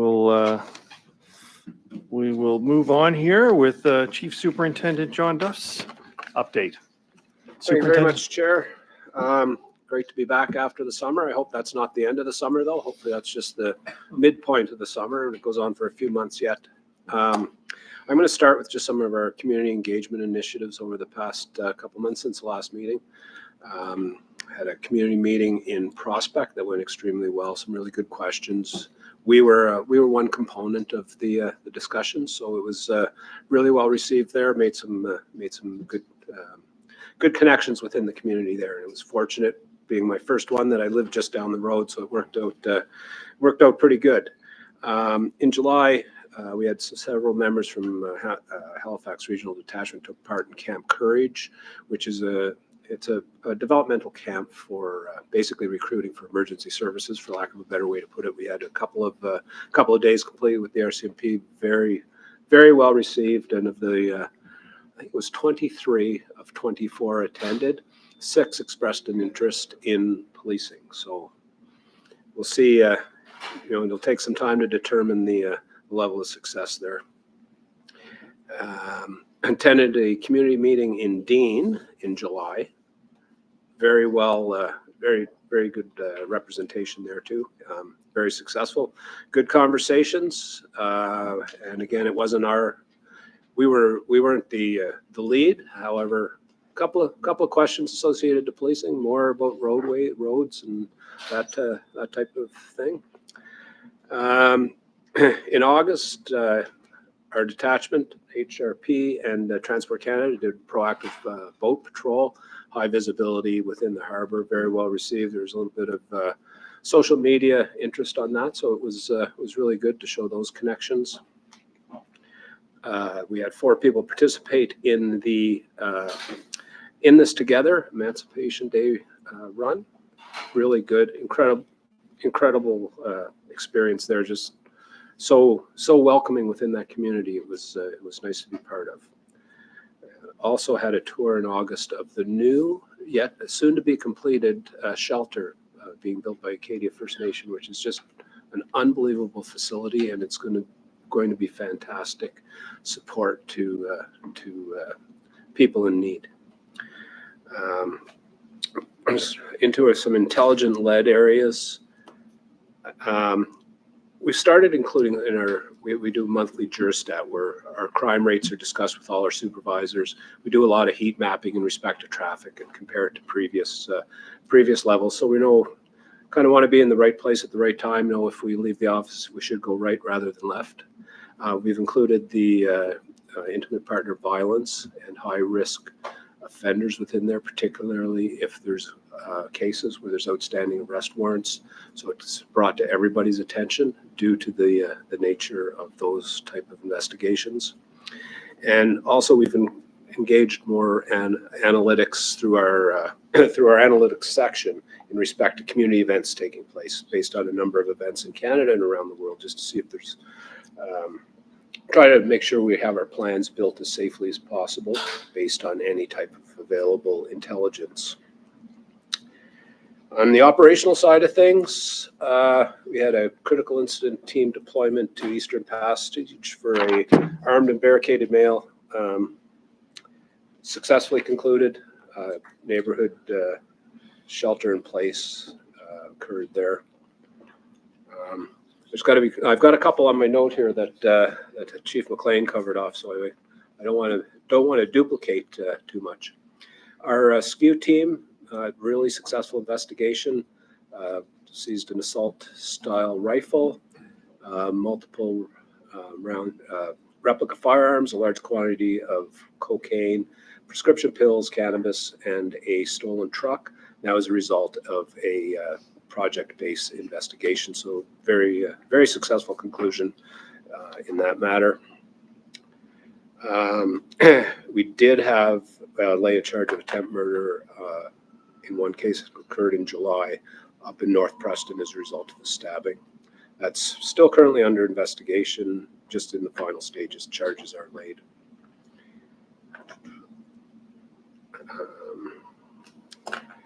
In July 21st, we responded to a file in Cole Harbor that we determined was a hate-motivated crime, where 2 youths were ultimately arrested and charged. So I don't want to go into too many details. Fairly troubling.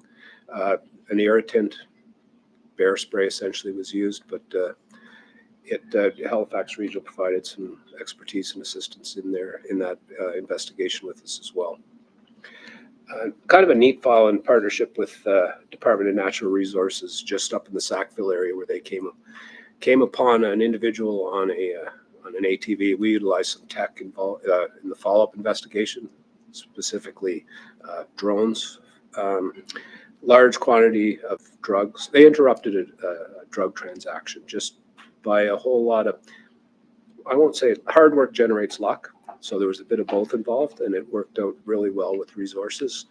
Significant seizure, significant amount of cash seized as well. So it was kind of got both components at the one time, which worked out pretty well. Again, our SKU team continues to do some fantastic work, utilizing the emergency response team in East Preston. Seized a loaded pistol from a residence with an overcapacity magazine. So in addition to an illegal pistol, an illegal magazine as well, and prepackaged cocaine and cash. And it was in the news. It didn't turn into too much, but it was a bit of a troubling file where an individual lit, they were wire spools on fire. And it did hit the news because we put out a picture of the suspect, and this was during the ban, and it was right around the time of the fire going on in Bears Lake.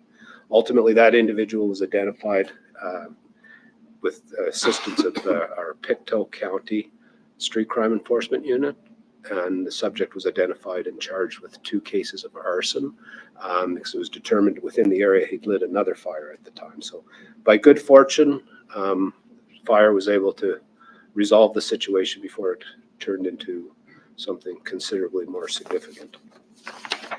And as we head into the fall here in the budget session, we're beginning our process in staffing the positions for the BLT office. And we're hoping to slowly build that capacity there, but we're still in the process of finding a building of some sort. So we're working closely with HRM in that process. But we do have a plan in place prior to having bricks and mortar where we're going to be able to provide that service and up that level of engagement. And just to speak to some to the Wortley piece and what we can do to measure that. I look back to, and I think I talked about it at my first meeting, which would have been, I believe, in May, the community-based support for these community-based offices. North Preston, incredible success. Fall River is going to be BLT, Eastern Passage. Just having spent some time at the offices that have been in those communities, that is vitally important to building those relationships and continuing the trust. It's the presence there and the consistent presence of the same people. So thanks to the board and HRM for supporting those positions, and as we enter into the next budget process as well. So that is my report. Not quite 75, but Thank you, Chief Superintendent. Commissioner Akindoju. Thank you very much for your report. I am really, really worried on talking about drugs and the increase in drugs within this community. We never used to talk about drugs this much. And once it was reported by Chief McNeil and yourself, it's just on the increase. My worry is, what are we doing proactively to look at the source rather than this arrest or success in picking up people? And how many people are we in this environment and that large volume of drugs moving around? Are we now a corridor to other places, or what are we really doing to identify the source and block those things? Thank you. So again, this ties into involvement with police and multiple agencies. Where police are one part of the early education. There's multiple social entities that need to be as equally engaged. I will tell you that a lot of our investigations are focused because are ending in the success we have because we're spending more attention and time to do that and have specific units assigned for that type of investigation. And our ability to build our intelligence base allows us to further those investigations. So there's the enforcement piece is one piece, but absolutely. It would be nice to have it resolved through education, through social supports long before it ever became our investigation. So there's partnerships with other entities for sure is the way to resolve it. And it has to start very young. That, again, we would like not to do these investigations. We would like for there not to be cocaine seized. We would like for there not to be guns seized. Spent a lot of time putting a lot of effort into it, but there's a whole social network that has to work together in order to achieve success, largely based on education and young.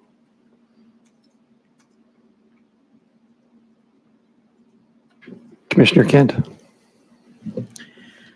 Thank you, Mr. Chair. Thank you, Chief.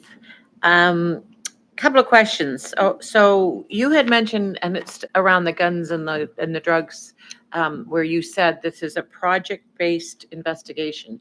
Can you help me understand that a little bit more? Maybe that's what you're referencing with many agents sort of working together. Yes, through you, Chair. This is people that I don't want to give away any technique, so to speak. No. It's where people within the community are fairly well known to be involved in that type of activity. Okay. Based on information from the community, we take proactive enforcement measures. Okay. And there's a variety of investigative And so that becomes a processes. project. Yes. That's the. It's not happening along like on quads. Yeah. Get yeah. lucky. This is completely focused on people that are brought to our attention Okay. that are All right. committing these type of offenses within a community. Thank you. I am one of those people, but it makes sense that for people who know me, but also being so actively engaged in community safety and the board and everything. But when I hear about a seize of any sort, I do a little happy dance. I'm like, yay, they got them right.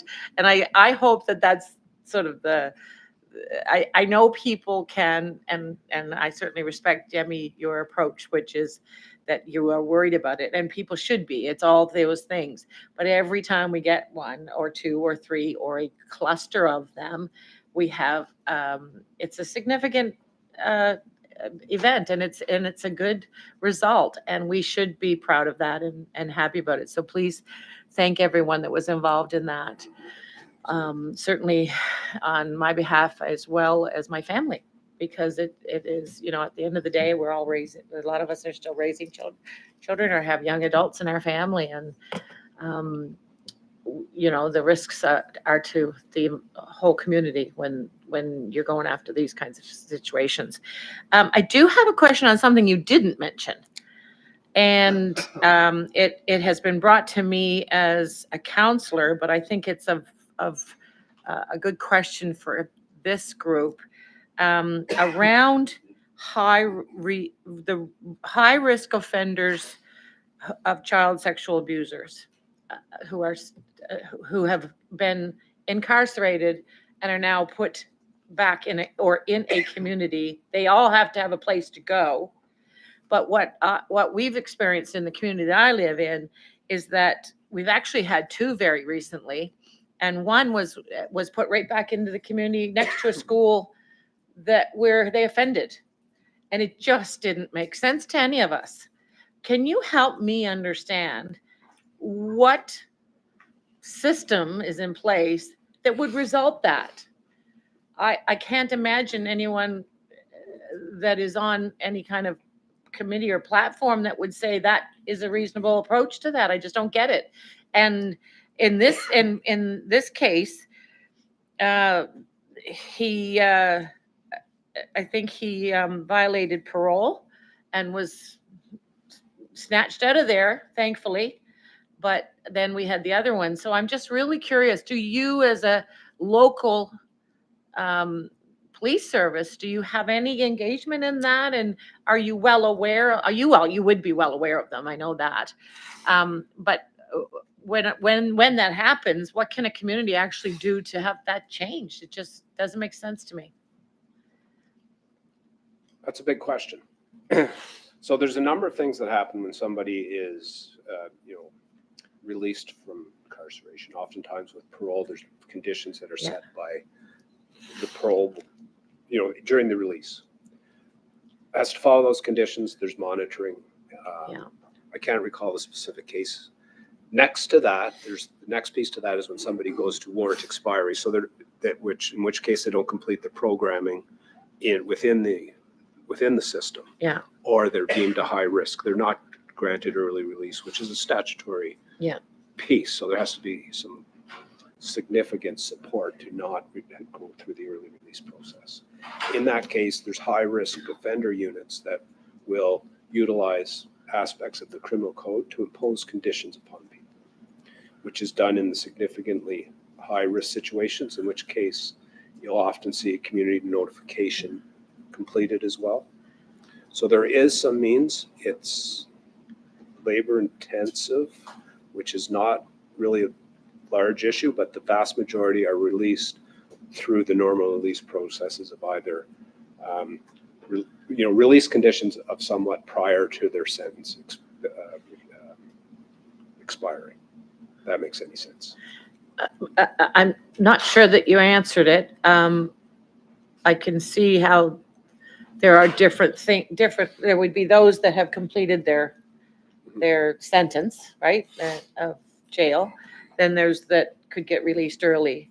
And then those that, are still involved in something, but getting released doesn't necessarily mean that they've been changed, right? There's and they've completed their jail time, right? So, and I would say, Chief McLean, you probably have those kinds of situations in your communities as well that you police, and it's concerning. No, 100%. So what we're allowed to do as police agency of jurisdiction is when we get notified that someone's being released, there's a set of criteria upon which we can make a public notification that will come from us. When it comes through, I have to authorize it. And it's based on a bunch of criteria. And one of that criteria is this person at a, deemed to be someone that may reoffend based on, and there's a lot of, stuff that goes into making that decision, right? But we have no say in terms of whether the person is released or not. Yeah.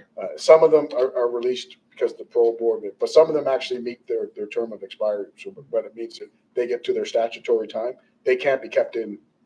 They've gotten to the point where they have to be released.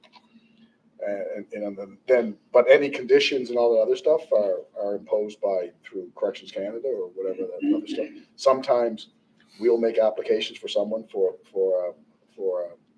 we'll go, I forget what they're called now.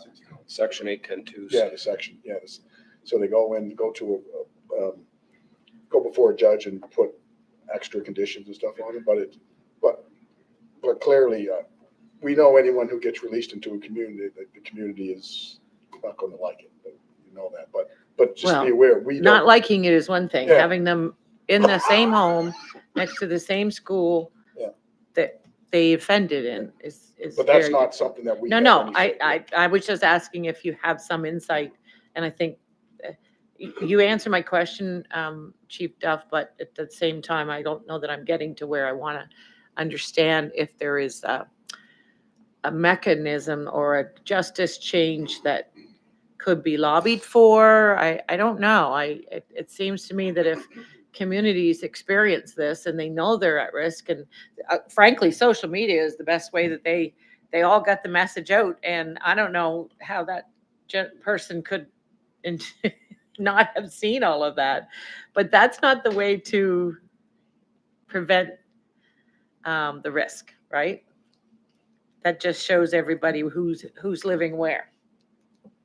Yeah, the risk is assessed prior to release, and that's what can generate the public notification.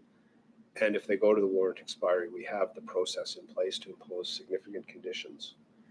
I see. But the risk has to be at such a level and that information is provided through the corrections process, through the programming and whatnot that's available there. Yeah. And that's upon what we have to act. If we have a say in can they go live here or there, No. if that's probably may sum up your question. Yeah. The charter rights applies to everybody, so. Yeah. Thank you. Commissioner Mancini. Thank you, Mr. Chair. Thank you, Chief Superintendent, for your report. You mentioned in your report about community policing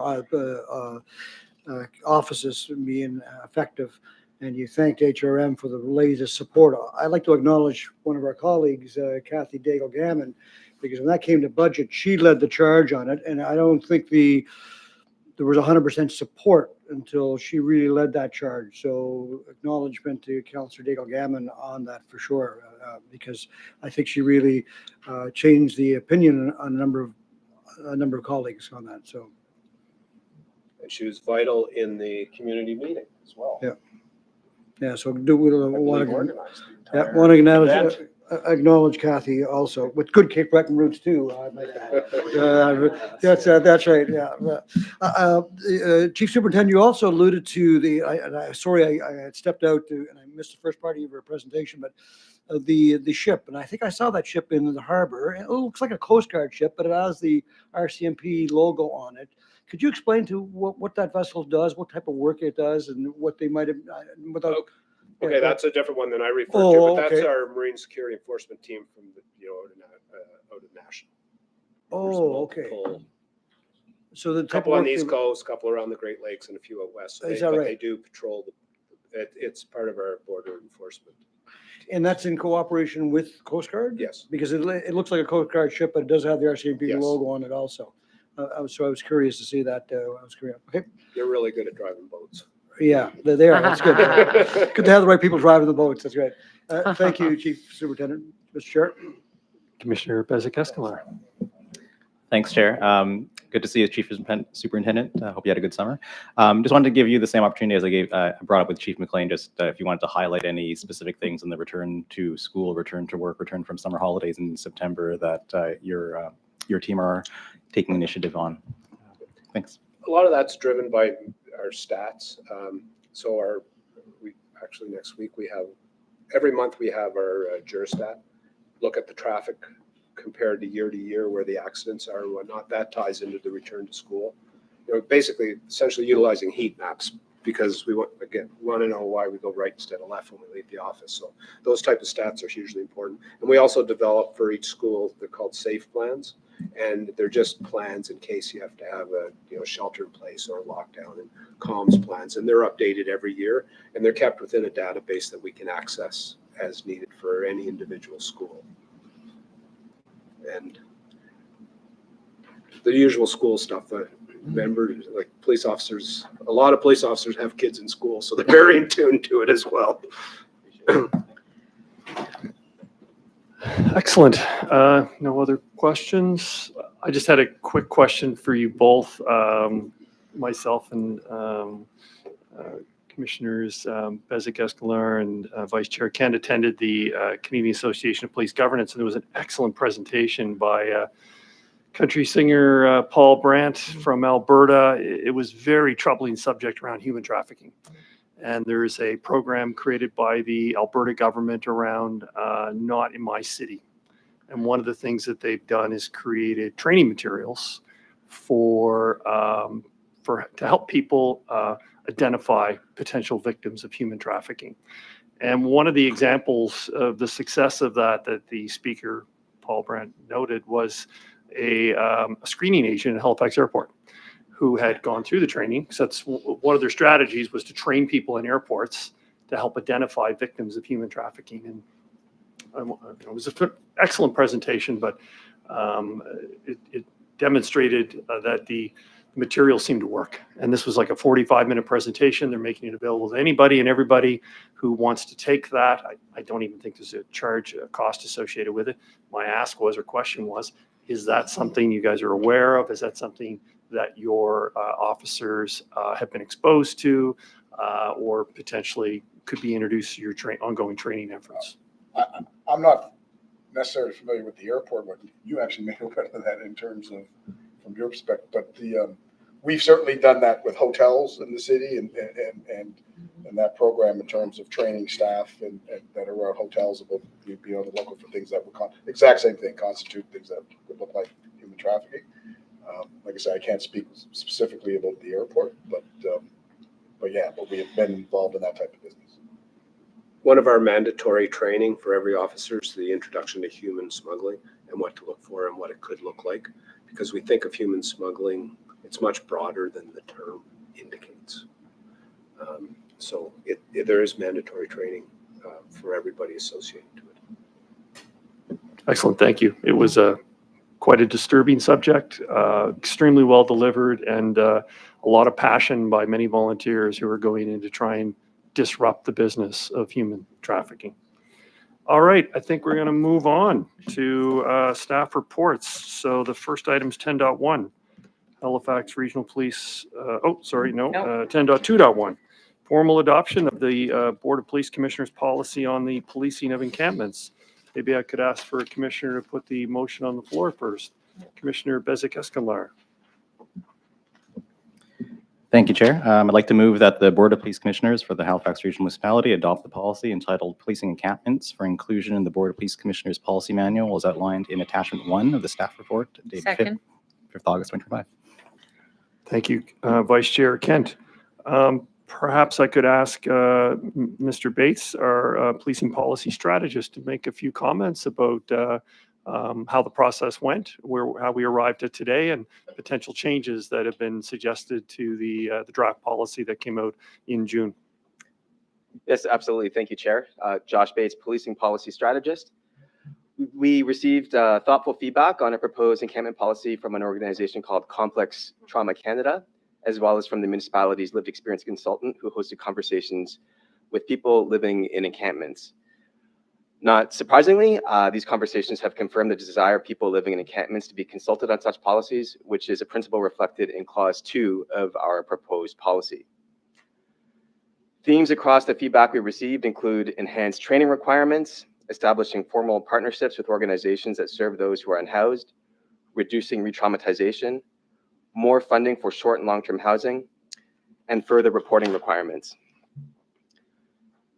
Many recommendations are either already operationalized or included in the existing policy, and others fall outside of the mandate of the board. However, to enhance the policy and to better reflect the feedback we received, staff are recommending including 2 clauses. One is to enhance training to reduce re-traumatization, so this would be the new Clause 8 in the proposed policy. And the other is to increase transparency with the board, and that would be the new Clause 13 in the proposed policy. And with that, I'd be happy to take any questions you might have. Thank you. Thank you, Mr. Bates. Are there any questions for Commissioner Bezic-Escalard? Thanks, Chair, and thanks, Josh, for all the work on this policy. I just wanted to make some general comments about it. So as one of the new people here, this is one of the first ones I've actually seen from start to finish, or at least somewhat start in seeing the original one that came up a few months ago, opened up for public comment, and then with the modifications informed by public comment that you worked on, Josh. So it's great to see that cycle, that feedback cycle work out here. I move this because I do support this particular document. I find that it's consistent with the whole of city approach that was articulated in the Regional Council's framework to address homelessness in HRM. So by incorporating those principles up front, we're ensuring that, or at least we're hoping that with the chief's work, that the police's approach will be consistent with what the rest of the city is doing under your leadership, Bill, on the public safety, community safety side there. There's the clause there about the civilian led response. That's also consistent with what we've talked about in this board and what boards across the country have talked about with leveraging community partners and focusing police on the core work of or what they're specialized in, the detasking approach to make sure that we have the right resources at the right time. I also note that in the time since it was for public comment, we talked about training as well, and understanding that it's not, we're looking at training that isn't just going to be focused on how to manage an encampment, but crises in general, things that will come up that have underlying social challenges. So it's not just encampments, but other things that will come up too. So I see that that is reflected in the language there. And I also note that one of the recurring concerns that have come up from the unhoused community has been their concern about their own personal property when they're being displaced or having to move from place to place. So I see that there is a note specifically there about notification for personal property to the Housing and Homeless Team, the Community Safety Business Unit. So I think that that addresses some concerns that some of our most vulnerable people in our community have. So, so thank you for the work put into this. Appreciate it. Vice Chair Kent. Yes, thank you. Commissioner, I can't remember your name. It's fine. Vince, Commissioner Vince. I just went blank completely.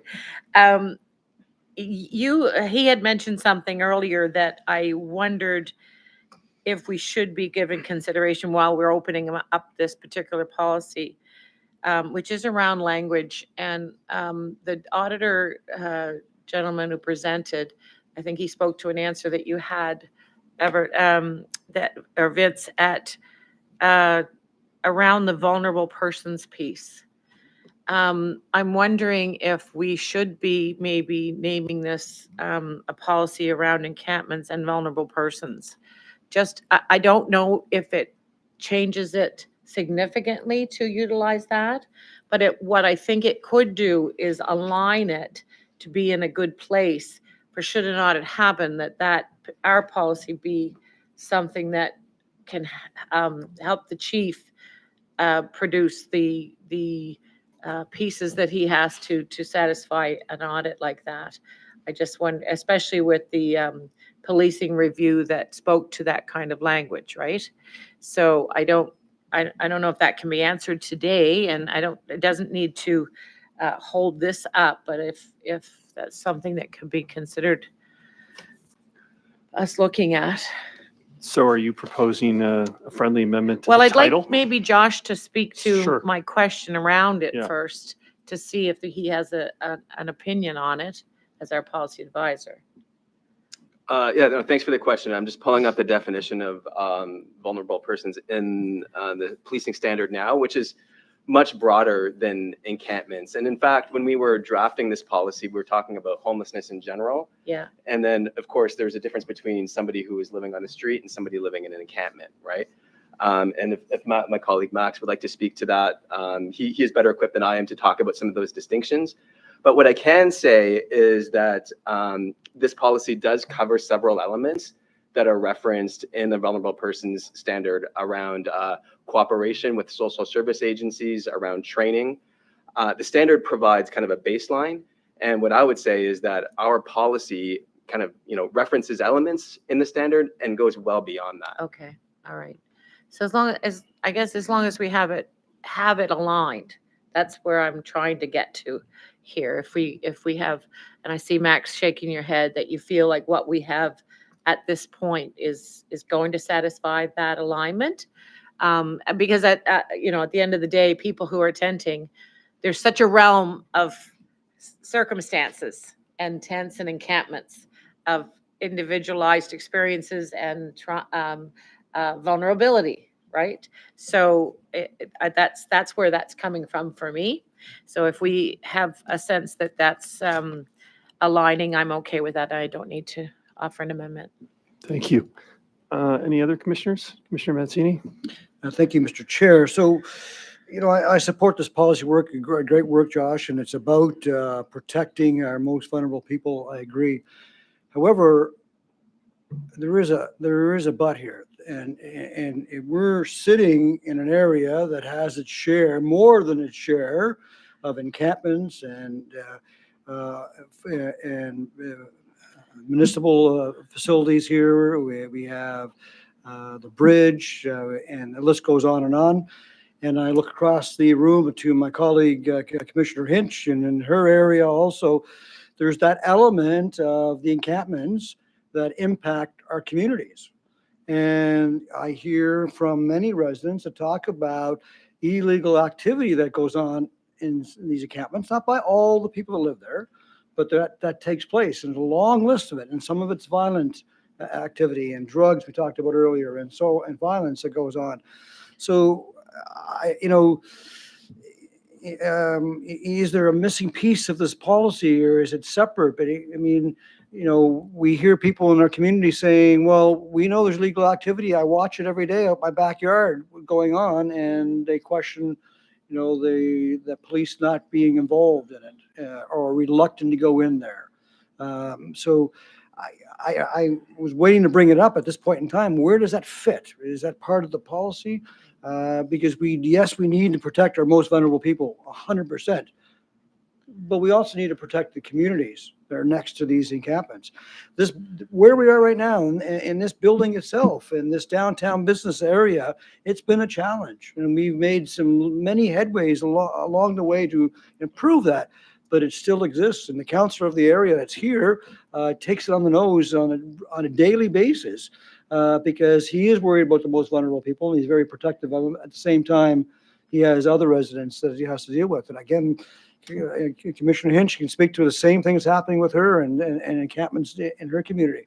And so I know there's a question there, but I don't know, where does that fit in the policy? Is it part of the policy? Is it something separate? How can we talk about one, not the other? I guess that's the point I'm trying to make. I wouldn't mind just making an observation. I think we have to draw the line, though, between the municipality strategy around supporting areas, designating them, and separate that and acknowledge that process is there. And then this policy specifically about if they exist, how do we want our police to support and police those designated areas? I think they're separate issues. Commissioner Bézic-Escamillar. Thanks, Chair. Great points, and I guess I hope that what I was saying didn't imply that the community concerns were not part of it. No. I guess looking at the policy, I do find that the way that it speaks to the civilian response for those who are in the encampment, and I suppose that could imply that there'll be less of police response. But I also think that the next line, or line 9A, that says at the top of the list of what the chief officer is going to be responsible for is that their day-to-day involvement will include responding to alleged criminal conduct and criminal investigations. Like, it sounds like we're actually trying to emphasize that the police will take the lead role in law enforcement, criminal intervention, that sort of thing, and by extension allow those things that don't rise to the level of criminal issues for others to take on. And I think that just allows us to focus the resources correctly, which actually means more focus of resources more generally, which hopefully will address everyone's concerns. But I think we just need to be more explicit about that, both pieces, because if this gets reported, it'll get reported as it should about the vulnerable people, but there's still that other piece that may not get reported as it should. So sorry, I didn't mean to go back and forth, Mr. Chair. I apologize, but I think it's a good discussion. It's a very good discussion. Commissioner Hinch. Thank you, Chair.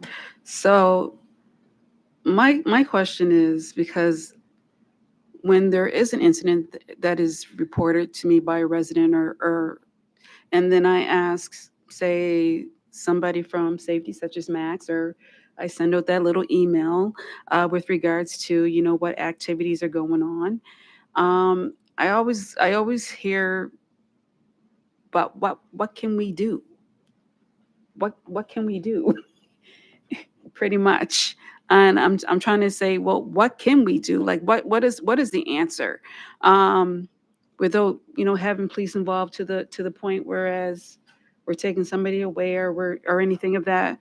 But I just find that it's frustrating that when we do have these type of incidents that the people that are in the encampments, that they're not following the rules, the laws, or anything of that nature. Whereas if you were in your own home and if you were doing these things, you would either get ticketed or something of that nature, or, you know, or be fined a charge, anything. So I just trying to figure out what can we do to, you know, yes, you're in this encampment, yes, but there are laws, there are rules, there are, you know, noise bylaws, there is, you know, trash bylaws, there's all types of bylaws. And I understand, you know, who's going to pay the ticket. I've heard that, and things of that nature. But there's something that we must be able, that we should be able to do in order to respect the areas that they're in, with the residents, and so that's what I would say. Yeah, well, thanks for the question. I would again refer to 9A in the policy, which speaks to the day-to-day involvement, the HRP's day-to-day involvement with encampments, which is responding to alleged criminal conduct and criminal investigations. So, you know, if there is human trafficking happening, or if, you know, selling drugs, whatnot, police, you know, like according to the policy, police should respond to that in the same way that would happen, you know, if it was happening outside of the encampment. Mhm. Same thing with community policing. We don't want, you know, community policing to not occur just because it's an encampment, right? At the same time, there is reference to the civilian-led approach. And so there's language around when available and when appropriate, right? When closing an encampment, we're going to take a civilian-led approach. There is a line that when, you know, that can be crossed when we're like, okay, the civilian-led approach is not working. And then there is perhaps it would be appropriate to have a police response, right? So the purpose of the policy, it's not an operational policy, it's to provide guidance to HRP. It's like, okay, you know, when there's criminal conduct taking place, it's appropriate to have a police response. In other circumstances, we're going to want to take a civilian-led approach, but there is that line that sometimes may be crossed. Mhm. And then there is, you know, perhaps a police response as well. Do we know how often the police are being called to the encampments on a weekly basis? You can find out. I don't know off the top of my head. Okay. Because again, that's the other thing that I'm told, like from residents, you know, we're calling the police, but there's no, they're saying that there's no response. I don't know. I can't 100% be sure about I that. think part of the challenge is what people want the police to do when they respond is somehow remove the people from where they are. Yeah. And that's where the downfall becomes, because that's not going, no different than if you lived at 1234 George Street. If we come to their deal, you're not now leaving 123, like that where you're actually living. That's part of the challenge is the outcome that is it's about managing expectations of what can be, because people can be ticketed, people can be charged, people can be done a lot of things, but at the end of the day, it's not going to make them disappear from where they're at, Mm-hmm. which is the intended outcome, I think, sometimes when people call, right? Which is a different issue around, you know, closing encampments and responding to calls are different things. Right. Right. And I think that's what, you know, the chair had mentioned. But I get it, you know, it's a complicated, complex issue. Vice Chair Kent? Yeah, so I think what we have to do is kind of just bring ourselves back to a couple of reasons why this had came about, this policy that was missing, and we had nothing. You know, the events of August 18th, 2021, major incident in the city of Halifax, down in Halifax. It was a bit of a chaotic communication space that not a lot of good communication happened in advance of an approach. Certainly not anything with the board. There was not a layer of, I think, collaboration around the development of a policy, because it was almost a taboo space because it hurt. It felt awful. That, and then we had the review, and that brought it to surface again. But the review is part of what brought us here, and subsequent and the Wortley report. There's a whole lot of things, but what we need to remember here, and I think that the chief spoke to it, Commissioner Vince, he spoke to it, Josh, you mentioned it, is traditional policing happens when crime happens. They never get to go away from that. They don't get to, whether it's in an encampment or it's on a street in near me. They will respond. That's their job. The difference with the approach that we're trying to take, I think, is the civilian piece. That we are developing a new approach to how do we police and or work together with other stakeholders who can go into these environments and weed through some of the chaos that in some cases community is assuming is happening. In some cases, they absolutely have evidence of it. What we do know is that they're impacted by it. But what we have to do is find out what's the facts. What are the things that are actually happening in there? Trash is not a police thing, right? Noise bylaws, it takes up a lot of police time, but it may or may not be something that they need to work through. So some of our bylaw services could do some of that. So I think we've got to where we have a good policy. It may change. We may need to continue to tweak it as time goes on. But it's a baseline for us as a board to have something significant for the first time that supports our work that's happening now in our community safety offices with through Max and his team and Rachel and hers, which is the same team. and so I see us proceeding with this today. We have a good addition today from a really good process that we had. And I don't want us to get too caught up in like a major shift, because this shift is really good, right? And I think that there's no question that this part of Dartmouth has been very, very much the home that council has identified as being the place that they're going to be able to be housed. Right or wrong, that's where it is.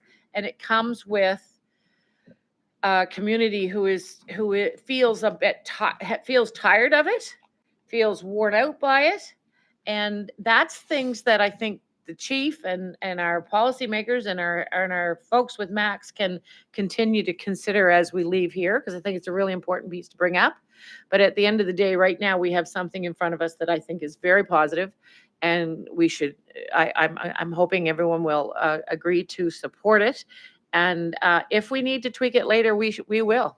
That's the nature of policy. It can always be changed. Thank you. Commissioner Moore. Thank you, Chair. Just to follow up, what I would say is I think this has moved us forward. We have demonstrated a different approach. Is it perfect? No. But what I would say, and to your last comment, Commissioner, is that we're actually coming back to council with changes in the way we are doing. So this is an evolving area. We will be back at some point with more information on how we do this. I mean, I think we all realize that encampments are not good for anyone, the community, not for the people that are there. I will give a shout out to our provincial counterparts who have done a very, very good job at trying to provide us with alternative places. So that allows us now to evolve our response, and we're in the process of doing that now. So I think we'll have some more information coming to regional council. And once it comes to regional council, I will see that if that is agreed upon as a policy direction in what we were potentially recommending, then that can or potentially have an impact on the policy here. And with Rachel being at the meetings on a regular basis now, we will be able to have that ongoing dialogue. So it's not a one and done, I guess, what I would say to you. Thank you, Commissioner Moore. Commissioner Mancini. I support the policy wholeheartedly here. I guess it's directed to encampments. Do we need a policy for some of the provincial facilities, the overlook, the bridge right here? And so there's things that are going on in those facilities that are challenging to the people living there, challenging to the communities nearby, challenging to the businesses nearby also.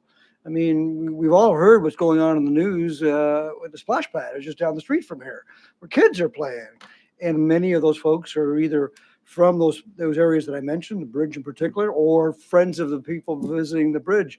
So, do we need a separate policy for these facilities too? I mean, we have police that can't even get into the overlook. They won't let them in the door. And hats off to our partners in the province. They've eliminated or retired a contract of a service provider that's been very problematic. That's great, but yet we have challenges for police to do their work in some of these facilities. They can't even get in the door. So I don't know if a policy assists on that, or we work with our provincial partners on that. But there are challenges from a policing perspective beyond just the encampments, which we are addressing here. Commissioner Moore, did you want to follow up on that? Yeah, if I could, thank you, Chair. To the remaining commissioners. So just in relation to that, I'm not sure the board is aware, but the CAO, myself, Rachel and Max, we meet with senior members of the provincial government on a three-week cycle, I believe it is. And so some of those things that we're seeing are the fruits of having those discussions. Okay. So there is a mechanism in place that it is not just just the police commission. There is an additional discussion that is being had on an ongoing basis on a whole bunch of those areas. So just want you to rest assured that those conversations are being held. Okay. And I would say as a result of those conversations, we are seeing some positive impacts on things and on a go forward. Are they all fixed? No, but we are aware and we are bringing those. Those items are brought as agenda items and then they're followed up at the next meeting. On that, Bill, that I appreciate that. Thank you. I think we do need to do a better job of letting the public know that, and maybe even letting police know that we've got their back. There's an element they're being hindered to do their job at some of those facilities. So thank you for that. Any other commissioner want to speak to the motion before we have the question? Josh wanted to. Oh, Josh, sorry. Yeah, I just wanted to point out that 9D references the safety and security of those living in encampments and those living in adjacent communities. And also 9E references sharing and addressing community safety concerns. So some of what you're speaking to, Commissioner, is captured in the policy.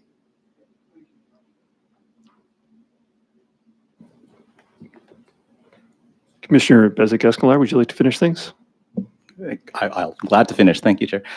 Great discussion. I think we actually are all on the same page on this, and there may be future evolutions to this. I think that's a great point, Commissioner Mancini, about the same things that we want police and other agencies to be able to do in encampments. We want them to be able to do them in places that aren't, strictly speaking, encampments as defined here. Like if it's just where people are congregating because that just happens to be a place where they congregate, we want that to happen too.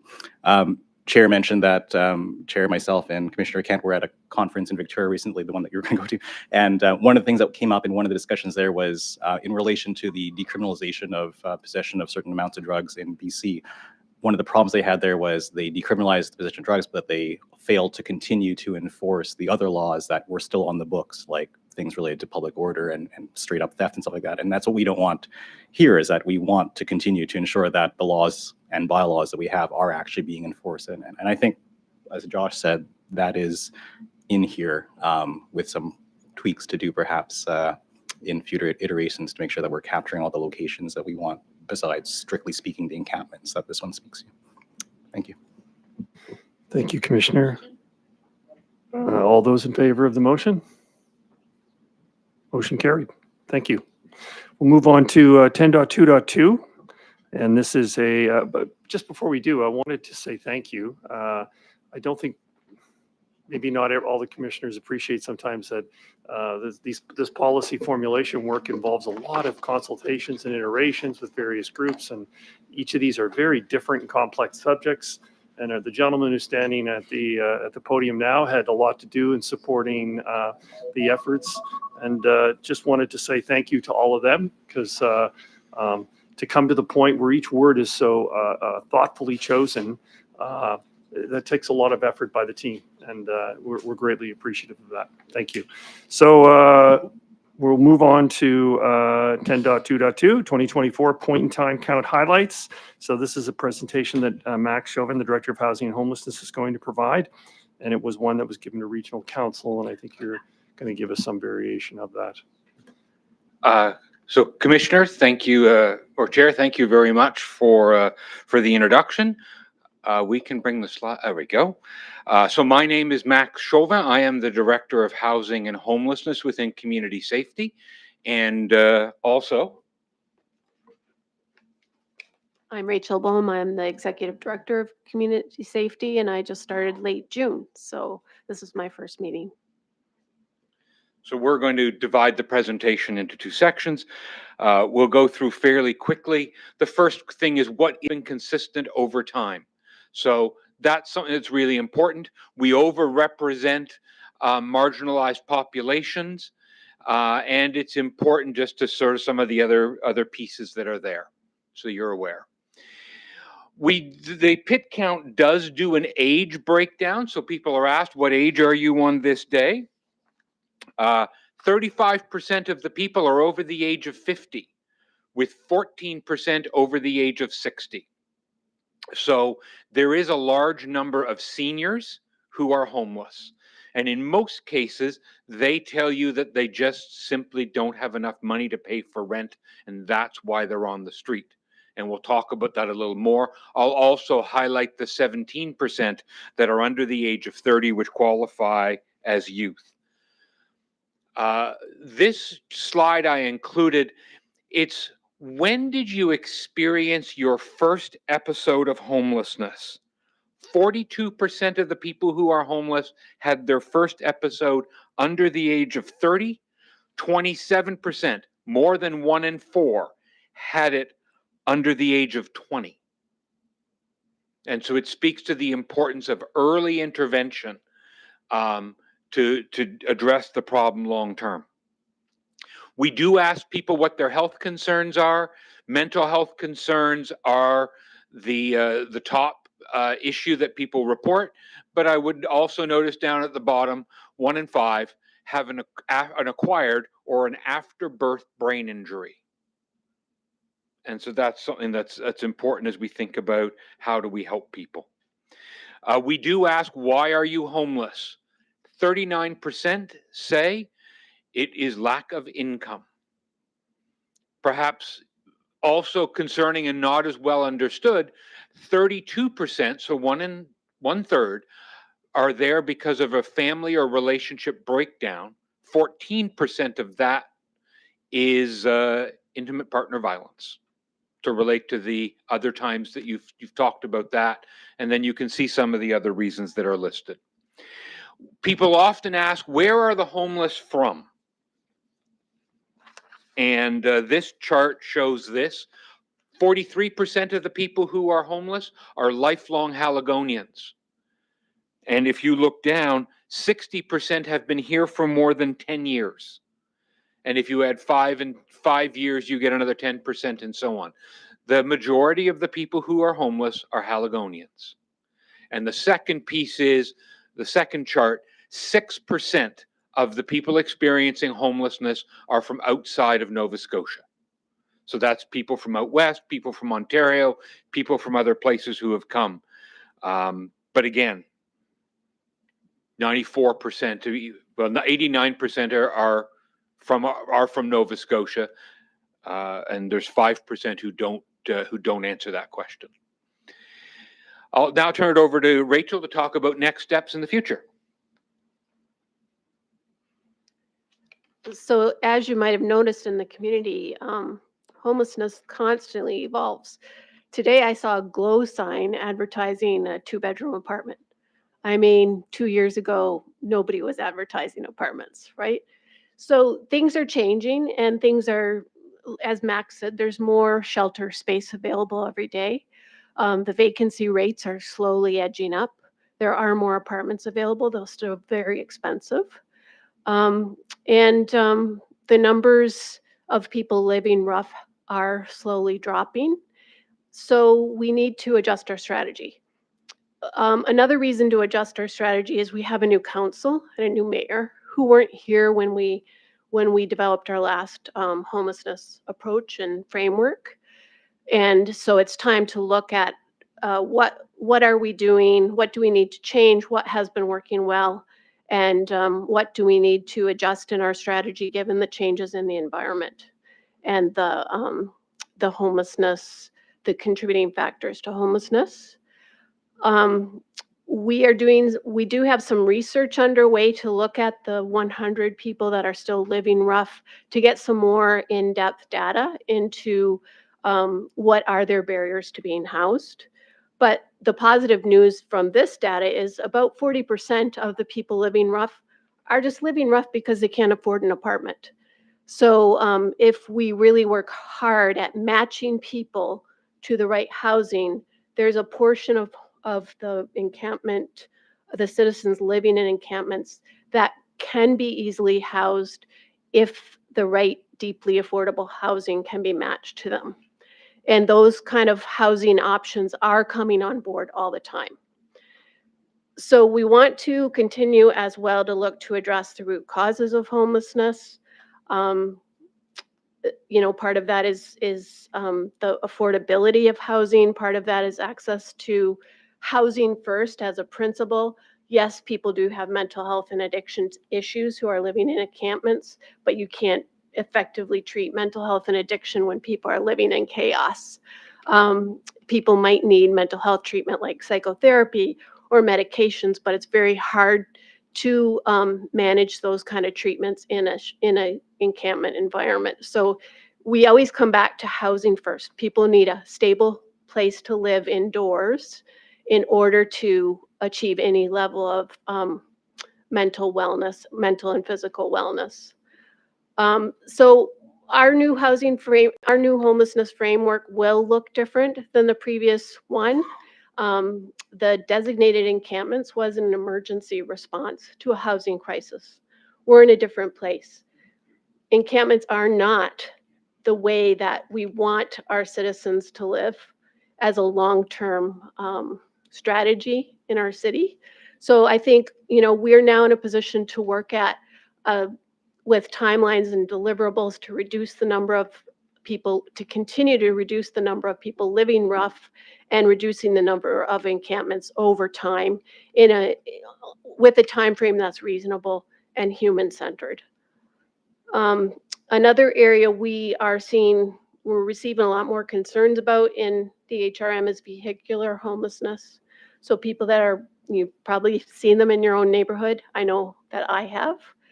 People that are parking in similar places, living in their cars. You might see they have towels in the windows to create a dark environment at night.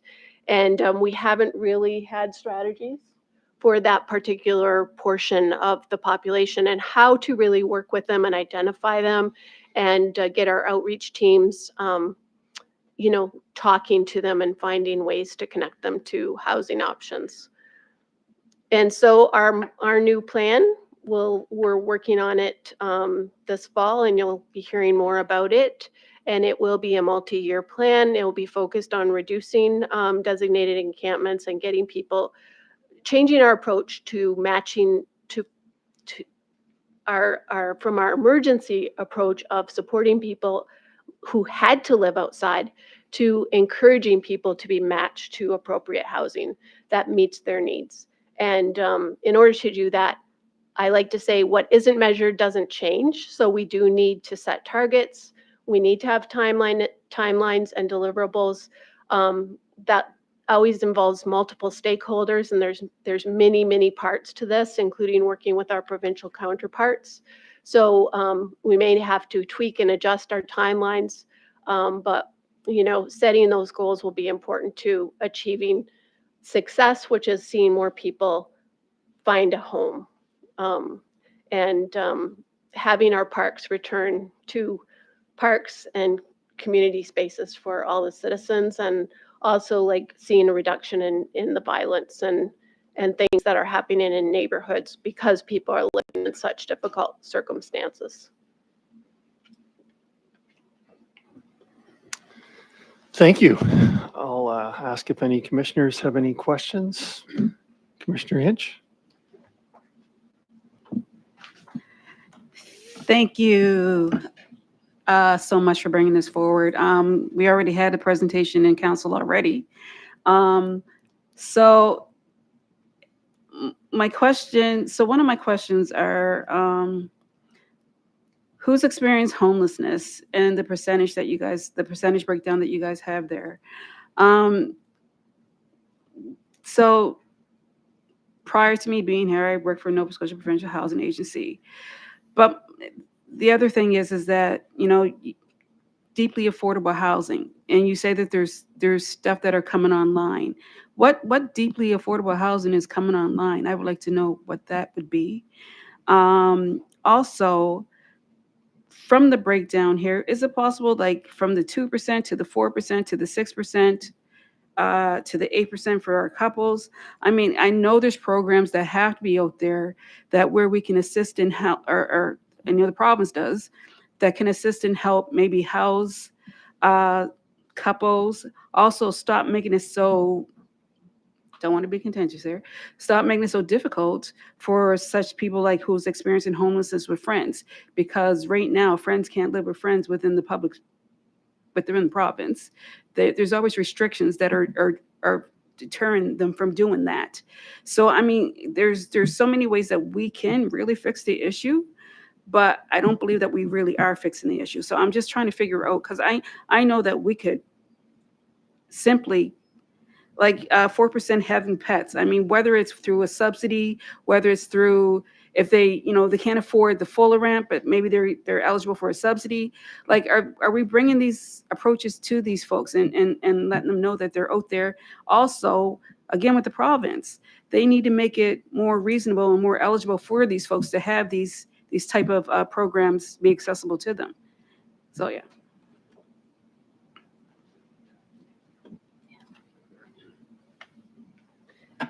Yeah, deeply affordable housing, there's still definitely a huge shortage. I mean, there are some new housing options coming online slowly.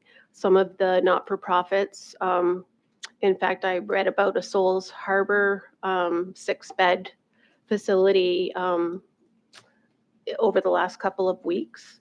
A lot of the housing options are still short-term. And like, no one wants to live, a shelter is still not a home.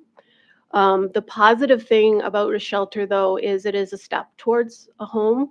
So in the Housing First model, you know, getting a person to accept a shelter bed as opposed to like living in a tent in a really difficult outdoor situation, they're much more likely to get housed moving from a shelter bed. So it's, you know, the more shelter beds, the more people will be able to transition to long-term housing. And I think if we look at some of the numbers of people moving out of temporary shelter into housing, that progression is happening.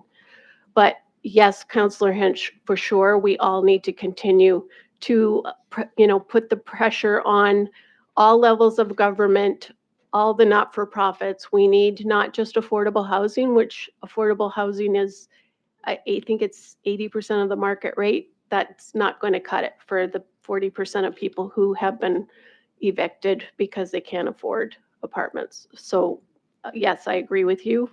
And Ollie would emphasize that we still need to encourage people to be connected to short-term housing, because they are much more likely to progress to longer-term, deeply affordable options when they come online. In your relation to your question, yes, we do make referrals to the provincial programs that help deal with some of those various numbers that you created and talk to people. But as a good example for pets, was one shelter that was accepting pets, but I believe they're full right now, or they were full when we wrote this. So you can have as many shelter beds as you want, but if you can't take your dog into the shelter, you're not going into the shelter. So Max, I understand that, but what I'm more talking about is getting in an apartment, you know, being able to get assistance to have an apartment. Yeah. That's what I'm talking about. Not so much shelters, but actually having a home. So we do make referrals to all of those programs for people. Mm-hmm. Some of them don't qualify when they go through the process. As you mentioned, there are some restrictions. Like one of the challenges is couples, is how we can make a referral to public housing, but the wait list is years. And we've made other referrals. Sometimes, quite frankly, we can get somebody in somewhere, but we don't have the wraparound supports for them to be successful. Mhm.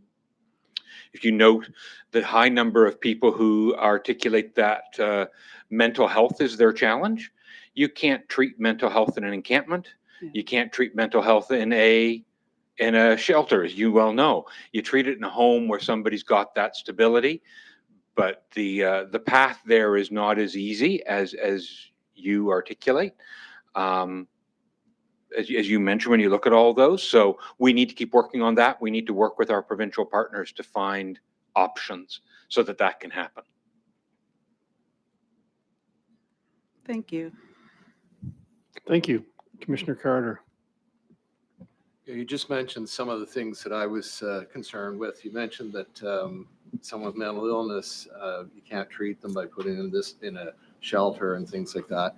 There's several groups. There's people who suffer from addictions, people that are single parents with children, the mentally ill, and so on. So it sounds like there is some thought toward special housing for the different groups. You don't lump all three of them in the same type of housing, I take it. No, there housing that and temporary housing, supportive housing is quite often themed based on a set of demographics. So, for example, there is a pallet village here in Dartmouth that is focused on seniors.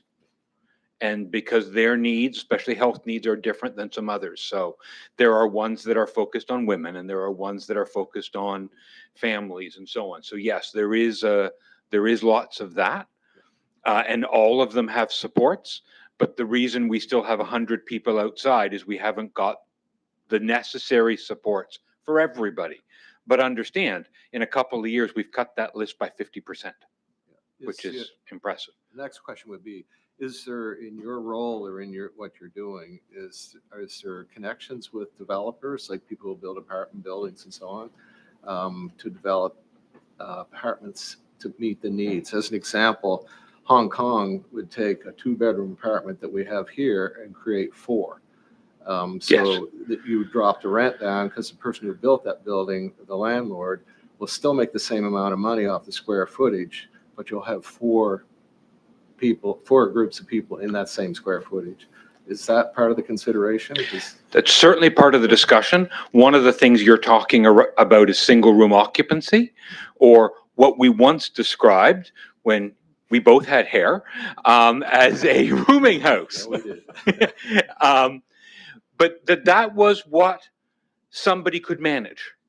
And so we lost a lot of rooming houses in the real estate boom. People sold them or renovated them, but it's a necessary mix that we need in the housing stock. And as Rachel described in talking about the next steps, we've got to look for what are the holes, what are the opportunities that somebody needs that they would be successful in as they progress too. Not saying that, you know, a rooming house is a home or a perfect spot, but it is a spot that works for some people for a period of time. And then they can continue to work through the system. And we call that flow, when people are able to move from temporary housing to supportive housing to market housing with perhaps a rent supplement. So there's all those pieces, but we still haven't got the mixture quite right. Thank you.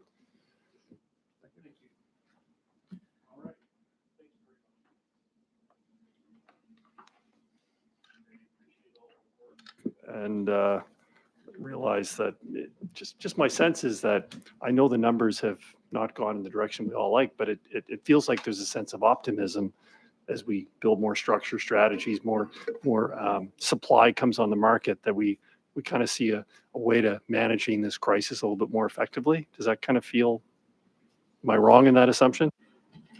It's a time of opportunity for sure. It'll still take a lot of concerted hard work and partnership, but I do think I feel really hopeful that Halifax is going to turn the corner. And we have a lot of partners who care deeply about positive solutions to this issue for all people who live in the HRM. Thank you. Thank you. Sorry, Mr. Chair. Oh, sorry, Vincent. Sorry, I did want to ask a question. Is it too late or? Is it? Okay, appreciate it. Thanks. I'll be quick. Thanks for the presentation. 3 questions. First one, you mentioned a third of the homeless during the point in time were evicted, that 12% were from unsafe, unfit housing, 10% from a conflict with landlord, 9% with rent eviction. Question is, so if these individuals were previously housed, it sounds like preventing that, it sounds like there might be a policy thing there, whether it's by law enforcement to make the housing not unsafe, mediation with landlord or something like that might address up to a third of the people who are unhoused. The second question is, can you give us a sense of percentage of people who are actually evicted from public housing? So these are people who were housed by us, by social services or by the public system, who were evicted for whatever reason. Is there a sense of percentage for that? And the third question is more related to the policing. Do you have a sense of what proportion of those who are unhoused are victims of crime? And if that might influence how we extend policing services to better support them? Yeah. In terms of your first question, definitely affordability is probably the biggest solution. So, you know, dealing with what happened after the pandemic, where prices of rent went up so quickly that people's income did not keep up with it, that led us to the current situation. So any policy drivers that are mostly outside of the HRM's control that will, you know, allow people's income to catch up to the current rents, because rents will probably never go back to what they were before. Those will definitely be helpful. I would like to also speak to the social determinants of health, which are really also a big issue here. If you look at the numbers of percentage of people with mental health and addictions, how high it is, you know, the best way to tackle mental health and addictions, you can't treat yourself, you can't treat society out of mental health issues. The way to do it is to prevent, and that's through good early childhood services, reduction of poverty, access to education, fair living wages, and things like that. So that's also an issue. In terms of the statistic, the second one, your question was about. So percent of those who are currently unhoused who were actually evicted from public housing. So presumably public housing was within our control. But I don't know that we have the statistic, but we do know with encampments it is an issue that we get people into temporary shelter, and they often have behaviors that then get them kicked out of shelter. So that is something we're working on with our provincial partners. So there can be strategies like an early warning system. When I worked in the hospital system, we often had patients who would be discharged and then end up back at emergency department. And some helpful strategies can be like an intervention where the shelter can call for help from an outreach team. So yeah, that is a problem, and we are looking at solutions for that. In terms of the public housing, I think it's for sure likely an issue. I just don't think we have the stats. Sure. And in terms of crime, I know rates of homelessness among people recently incarcerated are very high. Again, I don't think it was in the PIT count. No, we didn't have those numbers specifically. We know the rate of what we call lateral violence, which is homeless person on homeless person, is extremely high. But then there's also other violence that's there, but it's very high. Okay. The good news is there are a number of housing solutions in DHRM geared specifically to people who are leaving correctional facilities, and those numbers of those beds have increased in recent years. So I think that is a helpful, positive addition to the housing continuum. Thank you. Thank you. I think we're ready to move on to 10.2.3, which is update on the HRM response to the Halifax Independent Civilian Review into the August 18th, 2021 encampment evictions. There's a motion here. Would one of the commissioners like to I put believe that? that's me that's putting that on. Thank you, Chair. Commissioner Hinch. I move that the Board of Police Commissioners for the Halifax Regional Municipality refer to the staff report dated August 8th, 2025 to Halifax Regional Council for information. Thank you, Commissioner Hinch. Is there Commissioner Bezic-Escalera? Seconder, thank you. This is I don't believe there's a presentation associated with this, so it's a referral to the report to HRM. There's no presentation, correct? That is correct, Chair. It would Yeah. just be if any question, Okay. if the commissioners have any questions. Okay. I guess Kara Evans is here, the coordinator from Public Safety. I don't know whether anyone had any questions. Oh, Kara left. Oh, okay. Commissioner Moore can handle it. She's got a good boss. The real workers in this.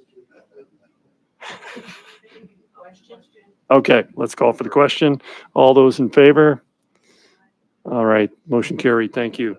We'll move on to 10.2.4, governance implication of the Province of Nova Scotia Policing Review. Could a commissioner please put that on the table? Commissioner or Vice Chair Kent, please. Yes, thank you. I move that the Board of Police Commissioners direct the Commissioner of Public Safety for the Halifax Regional Municipality actively engage with the Nova Scotia Association of Police Governance and the Nova Scotia Department of Justice to share feedback and advance concerns regarding the Nova Scotia case review, report back to the board on progress within 3 months. So I'd like to speak on that. Thank you, Commissioner Hinch. Vice Chair Kent. Yeah, thank you. So I guess I'm going to need a little bit of information about where this one came from. Should we ask When- for Josh to pass some comments? Okay, yeah, let's get the comments now, and then Okay. I'd like to open this. Okay, thank you. Thank you, Chair. Mr. Bates. Yes, I'll note that I was not given the option of leaving, so I will speak to this. This report summarizes governance implications of Nova Scotia's police review released in June and recommends active engagement with the NSAPG and the Department of Justice on these issues. So the Provincial Department of Justice has committed to meeting with senior officials in the municipality to provide clarity on many of the issues raised in this report. They have also indicated willingness to engage with municipal councils as well as police boards across the province. And I believe the minister has also held an initial meeting with Mayor Fillmore in July. So 2 of the 6 foundational changes outlined in the province's response to the review have direct implications on police governance. The first is layered policing, which integrates sworn police officers with community safety officers, among other things. And the goals of layered policing mirror that of our community crisis diversion pilot project, which is to enable sworn officers to focus on core policing duties. It's unclear as of today how our pilot may fit into a layered policing model, but as I said earlier, the Department of Justice has committed to providing clarity on issues such as these. The second foundational change I'll highlight is around community safety boards.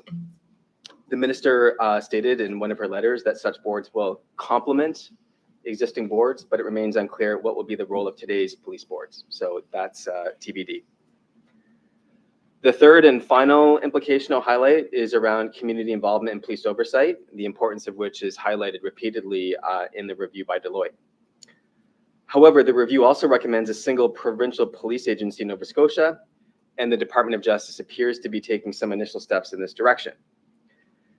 Given that the responsibility of police boards, which provide oversight for municipal police agencies, are far greater than those for police advisory boards, which provide oversight for provincial police, currently the RCMP, it's unclear how moving to a single police model in Nova Scotia would achieve greater community oversight of policing in this province. So this is one reason why the report is recommending active engagement to share feedback and advance concerns with the Department of Justice and the Nova Scotia Association of Police Governance. So I really see today this item as an opportunity to raise those concerns. I know we have not formally reviewed this report as a board, but this item is putting it on the table and we can have a discussion, and Commissioner Moore could bring concerns forward as per the recommendation. Thank you. Thank you, Mr. Bates. Vice Chair Kent. Yeah, thank you. Thank you, Josh. Okay, that was a great help. What I am confused about here is a couple of things. One is it's directing our public safety commissioner to actively engage with the NS Association Police Governance when we in fact have a representative, and that is me, with them. That group has already written a letter to the minister around this. And part of my representation on this is to give my feedback to, really, there was, I think that they sort of I also think they kind of jumped the gun on some of this, because I don't know about you and if I've missed something, but our board has not really had a fulsome discussion on that review.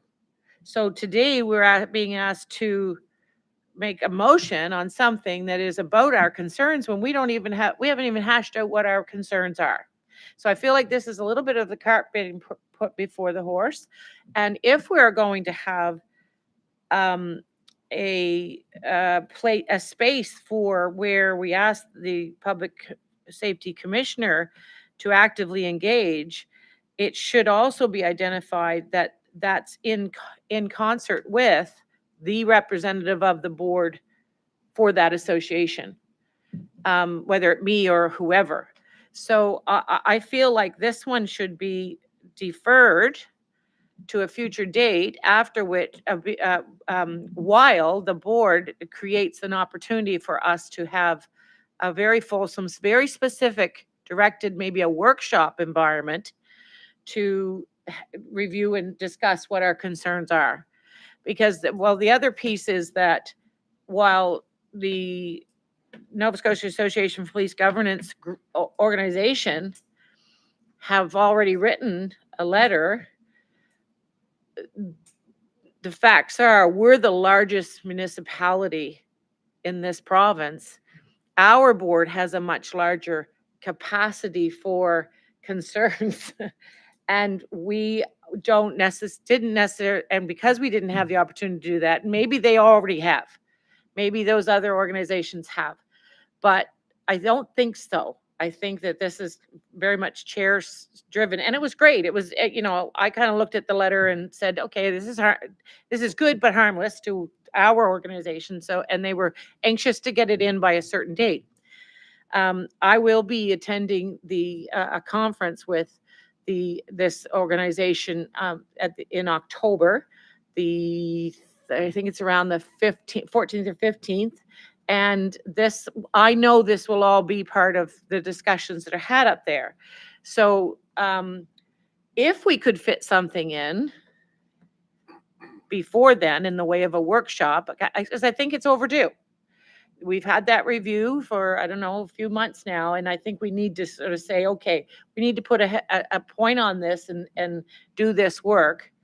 But I really think I'd like to defer this and us have a conversation maybe offline with our clerk around creating a workshop, if the board is in favor of that.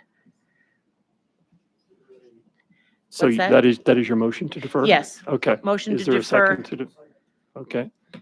Is there any discussion on that, or do we vote right away, Madam Clerk? I kind of Okay. said everything that I need to say on Okay. that, so. It's open Okay. to whether or not people want to debate it before I Okay. call the All question. right, Commissioner Mancini. So I support the deferral based on, before we vote on it, however, do we have the ability to have a workshop around this topic, solely on this topic? Is that something that we can do? Maybe we get the legal advice As on long that? as it's open to the public. There you go. Sorry. Yeah, Give it my the legal commission advice. can't do its business in private except Right. for specific things, and this wouldn't fall under that. But so long as the doors are open, we've done that before, right? So remember the Our public strategic sit in planning the and back stuff, and yeah. listen to the conversation. So on that, on the deferral then, if I support the deferral, if we're able to have a meeting solely about this topic and have the discussion, and it's fine to be open to the public, I think it's a good suggestion. So on the deferral, thank you. I support it.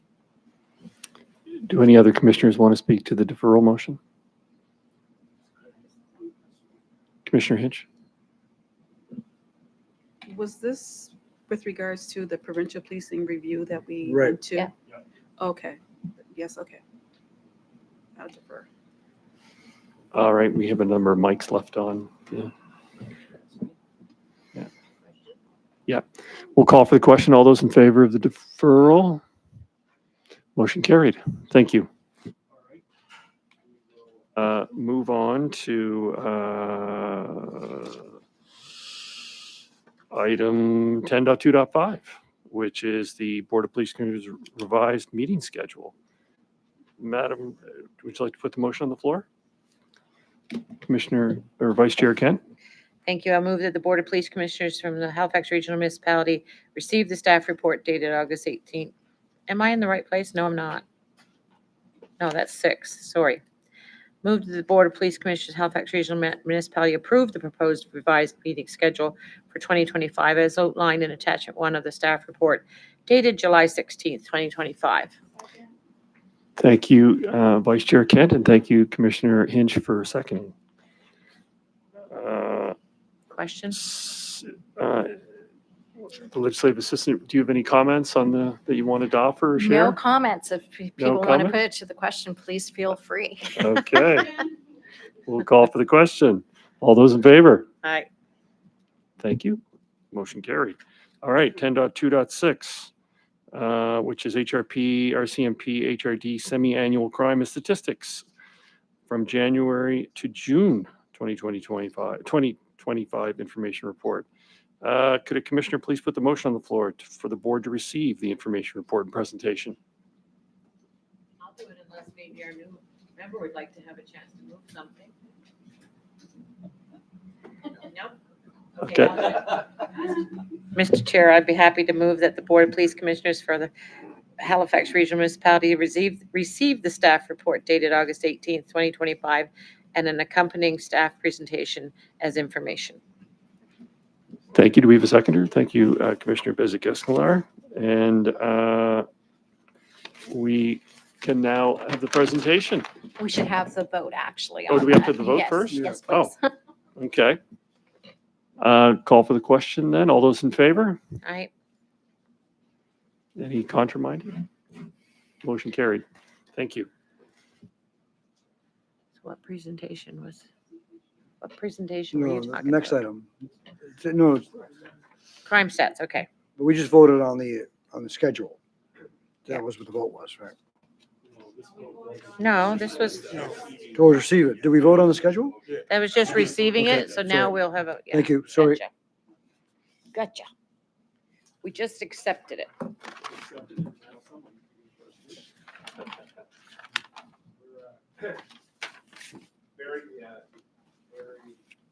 Were they prepared for that? Oh, yeah, there it is.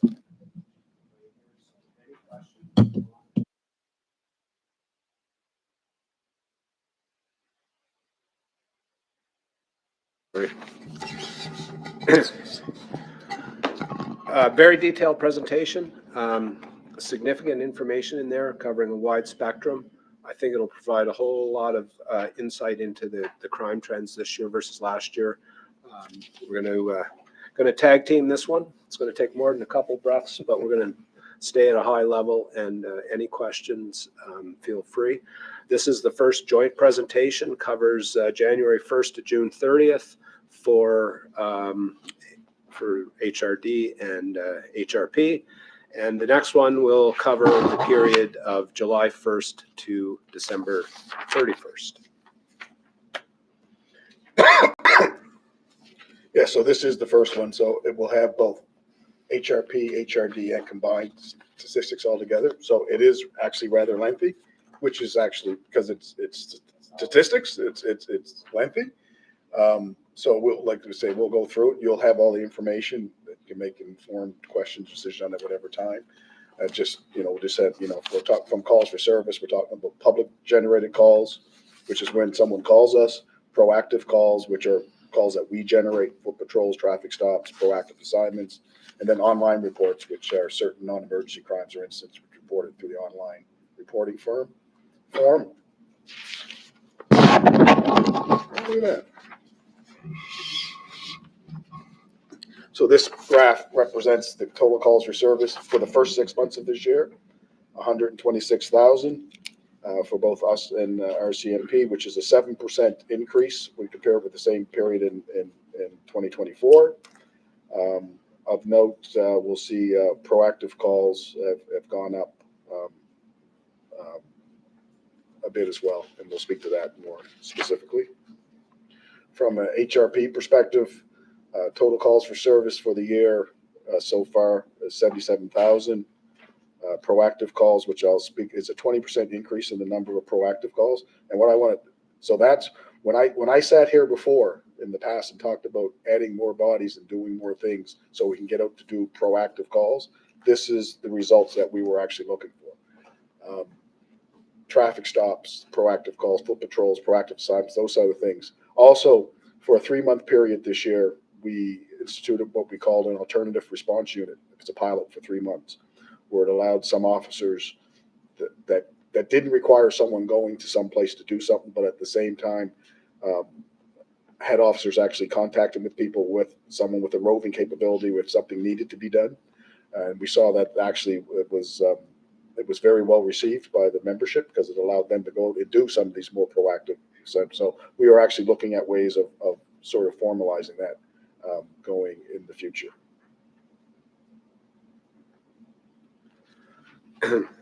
So for HRD, we saw a 2.9 increase in overall calls for service. However, within that 2.9% increase, there was a 5% increase in proactive, which is, again, not to, from policing perspective, a rise there is good. It means we're out doing those type of things. And the enhanced use of Operation Breach contributed to a number of these proactive calls. That's where we're paying more attention to our folks who are on release conditions and ensuring we do everything possible that they can abide by their various court-imposed conditions and helping them out in that matter. You'll see these are the top 10 call types. And I'm gonna have to read through them, but you can see that these constitute the top 10 types of calls that are received from to the Halifax Regional Police on a yearly basis.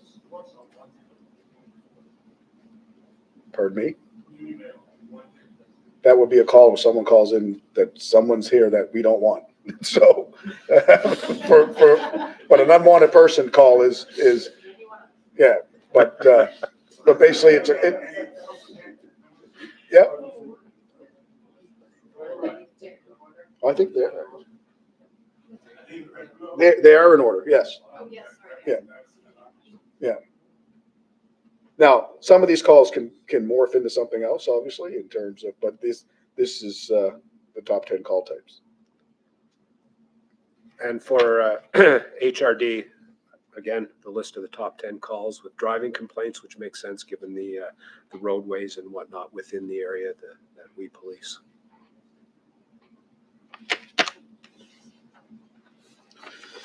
So when we quantify, oh, this is you. I'm looking. This is Jay. You can do it if you want. No, it's all right, buddy. I don't want to jump into your show. So as we go down crime types, crimes against persons, fairly self-explanatory. Crimes against property, and other criminal code is just sort of a collection of other type of offenses. So within HRM, 2% overall increase in persons crimes. Homicides are down 17%. Attempt homicides are down 27%. So that's all good news. The increase in sexual violations up by 13%. Of course, is something that draws attention and something we'll have to be mindful of in relative to prevention. Conversely, for HRP, we've seen an overall decrease in crimes against persons, actually down 2% in terms of assaults are down. The homicides are up significantly, but when you're dealing with such a small number, 2 makes a big jump in terms of the numbers. And sexual violations, as Chief Superintendent spoke of, and robberies are actually down 12% as well over this period of time. So when we talk about the crimes against persons, homicides, there were 3 in 2024 and 5 so far this year. And 3 of the homicides which occurred in Dartmouth, 1 in Halifax West, 1 in downtown Halifax. 4 involved firearms. Charges have been laid. And the sexual violations that we spoke of, 26 more incidents. And the majority of these incidents take place in Central Division, which is obviously a lot of hotel rooms where a lot of people congregate, drinking establishments, a lot that sort of thing, which contribute to that. The top offenses include both sexual assault and the illegal distribution of images, which is obviously a growing online issue. So crimes against persons, we've seen a 15% increase, 9% increase in sexual violations. Homicides are down 100%. However, I mean, it's basically a line, HRP, HRD. Some of these numbers, especially with the smaller total numbers of crimes of the more serious type, are better to look at collectively. It gives a better view of where we are and what we're doing. So, and assaults are up fairly significantly. And crimes against persons, 70 additional assaults this first 6 months. The majority of these took place in the lower Sackville area, and sexual violations are up by, I guess that's 7. Again, majority took place in the lower Sackville area, which is our most densely populated area, so it's kind of congruent to normal type trends. Crimes against property in HRM, there's actually been a decrease in mostly everyone except for shoplifting, which I think actually follows a national trend across the country in terms of those type of situations. Frauds, break and enters are down significantly. Thefts, theft overs, theft from motor vehicles, and but as you see, shoplifting remains on the increase. From an HRP perspective, lots of storefronts, lots of shoplifting's up 22%. Theft overs down 38%. Theft of motor vehicles, you can see the majority of break and enters down 25%, which is significant, and theft of motor vehicles is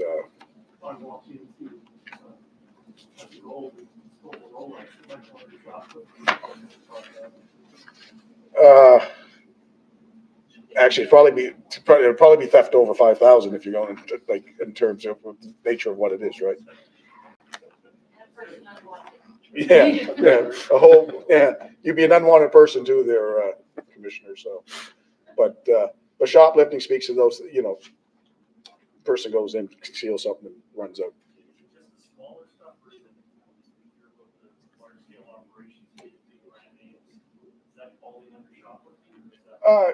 Depend. It can. We see some of those major thefts in terms. Usually, what happens is those major thefts are usually not done at one particular time. Like it's an accumulation of different things, and that's why we've worked with the retail councils, and we've had some projects, particularly in the Spring Garden Road area, with some of the major retailers that have been affected by some of these, and we've had some pretty good success. We had one. I went into one room that we had like an office, and it was packed with stuff we had recovered from. That was an ongoing, not one theft. It was an accumulation of thefts.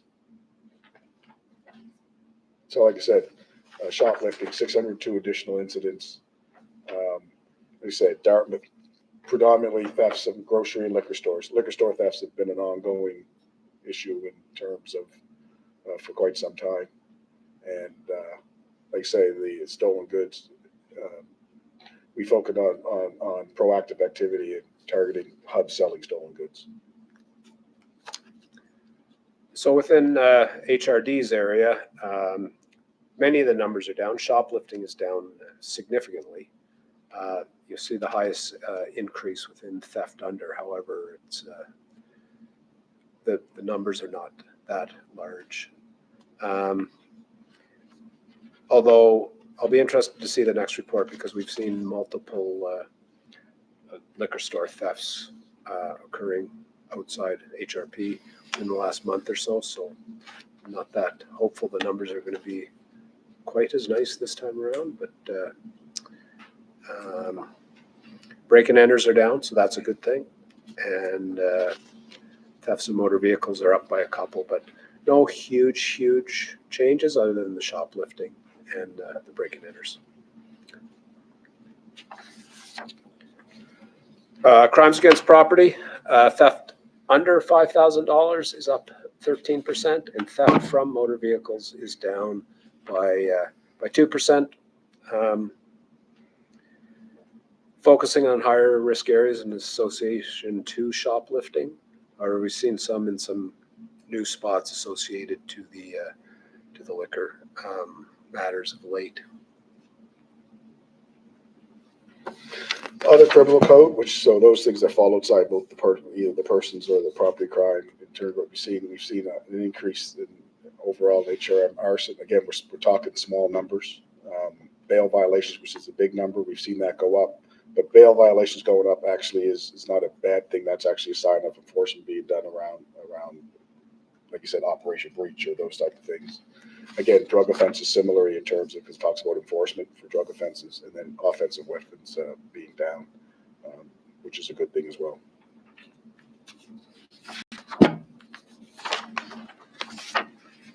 So from HRP's perspective, like I say, arsons have gone up, but again, 7 incidents, 17 to 10. As you notice on here, we've looked for any links between them, but they seem to be random type incidents that have occurred with no specific linkages. And again, bail violations gone up again, breach files, drug offenses, and offensive weapons. So for HRD, other criminal code, really again, we see the bail violations up. Just to repeat again, that generally shows proactive enforcement and an increase in the offensive weapons. We've a lot involving bear spray of late, it seems. So hopefully we can manage some of that. And again, the bail violations are largely attributed to Operation Breach.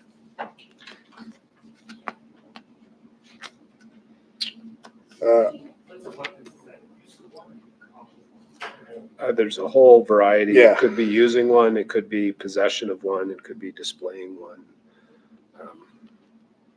Could be searched for another crime type, catch a shoplifter, and might have bear spray in the pocket, offensive weapon.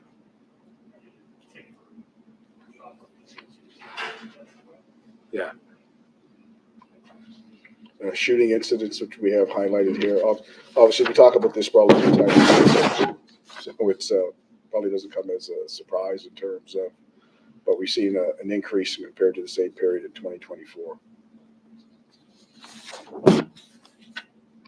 And again, fire alarms related homicides, there have been 4 as compared to none last year at this particular time. Although on the flip side, there were 3 in RCP territory this time last year, none in it. So it, like you said, they fluctuate. So in respect to firearm seizure, you can see the numbers have increased from last year for both HRP and HRD. And again, a lot of that is coming to the higher focus on those type of investigations and that type of enforcement.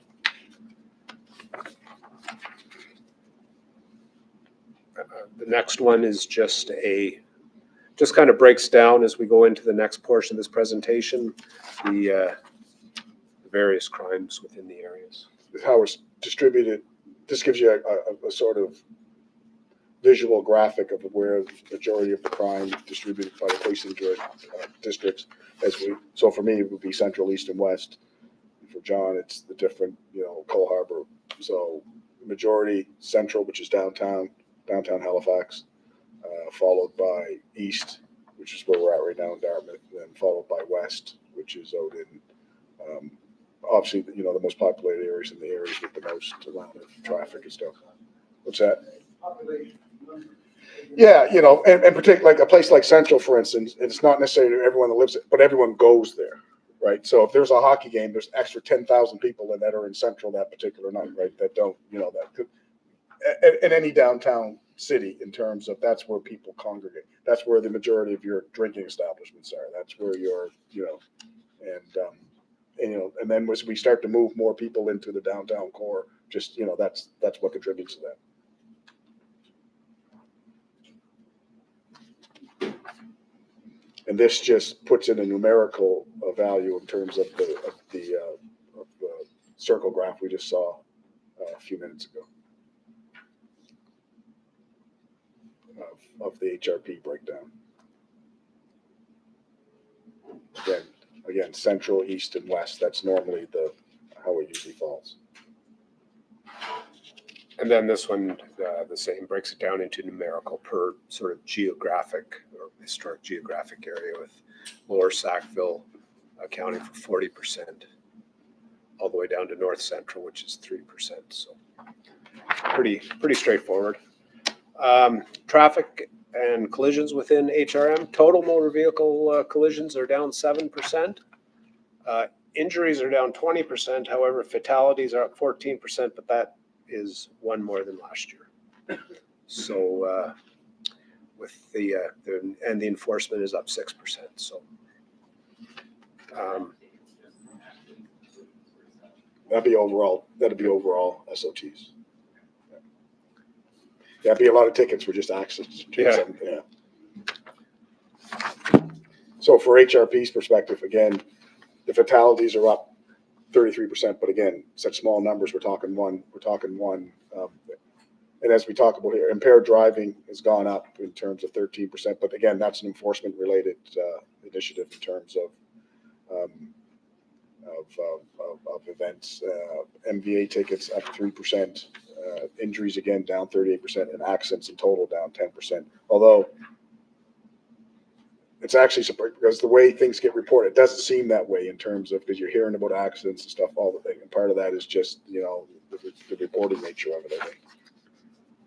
and then for HRD, injury accidents are up, tickets are up, and impaired driving's down. So is enforcement changing too much? Hard to say really when you look at those numbers, but they're fairly consistent overall from 6 months last year to 6 months this year. So.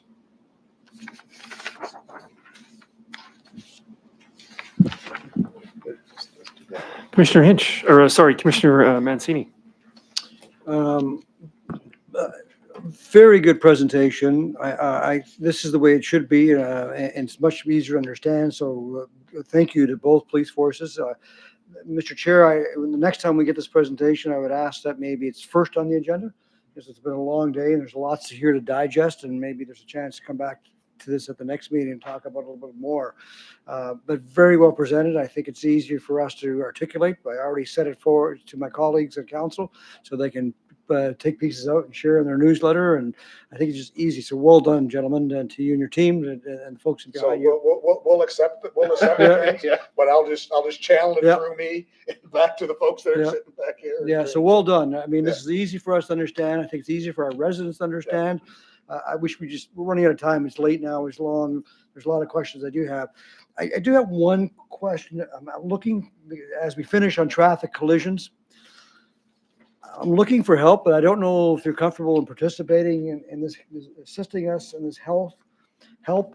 But as the three of us wearing our counselor hat, and it's interesting to see RCMP, the top of your list of issues is traffic related because of the geography that you have. But we receive constantly, if not almost daily, the complaints around speeding. So in traffic, and I'm hoping, Chief McLean, that adding 40 officers. Some of those 40 officers will be spending a little more time on traffic than we have in the past. I know our traffic department has been depleted. But my personal challenge right now is with traffic and traffic safety and speeding is the Traffic Safety Act that's sitting on someone's desk at the province. The province has already agreed to allow us to implement using technology like speed cameras and red light cameras. And our staff have already looked at it as soon as we get the thumbs up in the Traffic Safety Act that we're going to start implementing it. We have this love-hate relationship in our municipality around speed tables and speed cushions and speed humps. People either love them or they hate them. But they're there because we don't have the enforcement that we once used to have. At the same time, our city is growing so large that it's outgrowing our police enforcement. Very often, the council will go to our mayor and say, Mayor, can you write a letter to the minister or the premier and say, please, can you give this a priority, whatever this may be? Is it appropriate for us to ask both of you to say, Minister, Premier and Minister of Transportation, can you please implement the Traffic Safety Act, which we're told it's done, but it's not happening. We're looking for some help here. Pleading, we're looking for help here. My conversations daily with our residents around this topic. And so, you know, if we were able to implement that Traffic Safety Act and included that type of technology, we wouldn't have to spend so much money on speed tables and speed humps. And, you know, if we can give you more officers, both of you, so you can do more traffic enforcement, great. But I really believe the solution here is around that technology of speed cameras and red light cameras. So I don't know if it's appropriate to be able to do that. I've requested you do that, do a letter to the Premier and the Minister, but I'm asking the question if we can. So your thoughts, gentlemen? Well, I can tell you that enforcement is one component of road safety. Right. It might not be the most important one. Yeah. Education and engineering are equal parts of road safety. Which there are gaps there too. So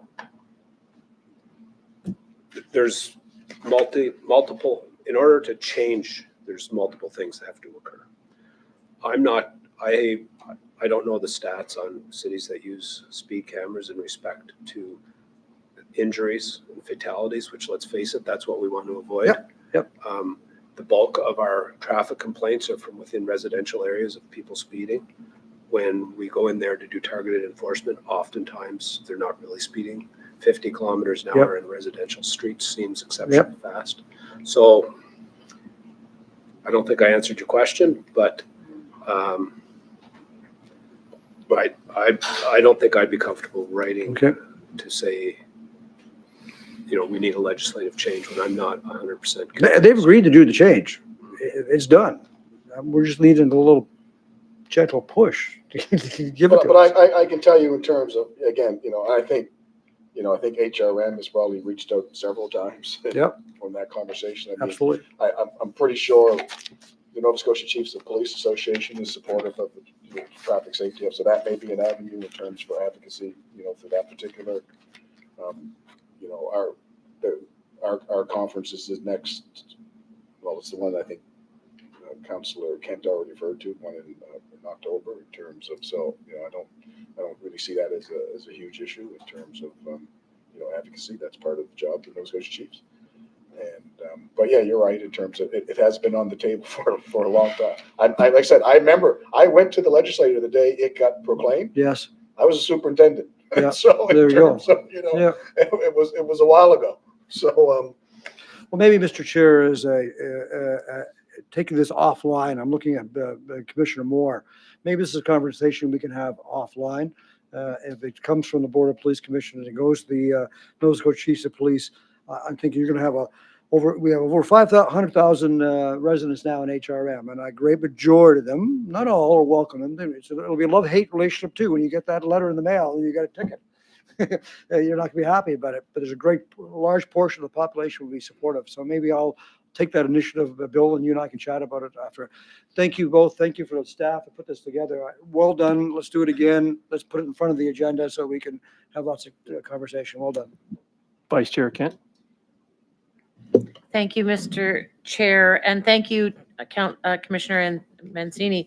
The piece around the act that has been proclaimed, when I think about it, I think it really is about some infrastructure that we can get in place that our population are supporting, which doesn't always happen, that gives us data.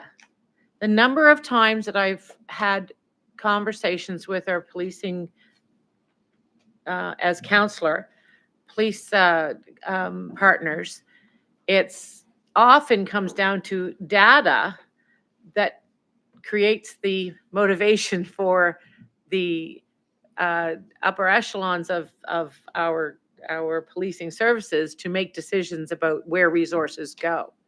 And right now we are sorely lacking in it. Every single day that I talk to somebody about an issue with stunting or loud pipes or speeding, this person almost got hit and that, I said, have you called the police? Well, no. And so I say to them, that's what I say, you have to call the police. And well, there's not a lot I can tell them. I said, yeah, but it registers the concern and it collects the data that we need in our communities to get the resources that we have. And that's the story that these cameras, the red light cameras and the speed radars, the electronic radars that Commissioner Mancini is talking about, is that will collect that. And then we'll know where these things are happening, and we then can put those resources there. So I support what he's talking about, which is somehow creating a fire under the butts of the province. I don't know if I'm allowed to say that, but I did. I just want to, this has been a great report.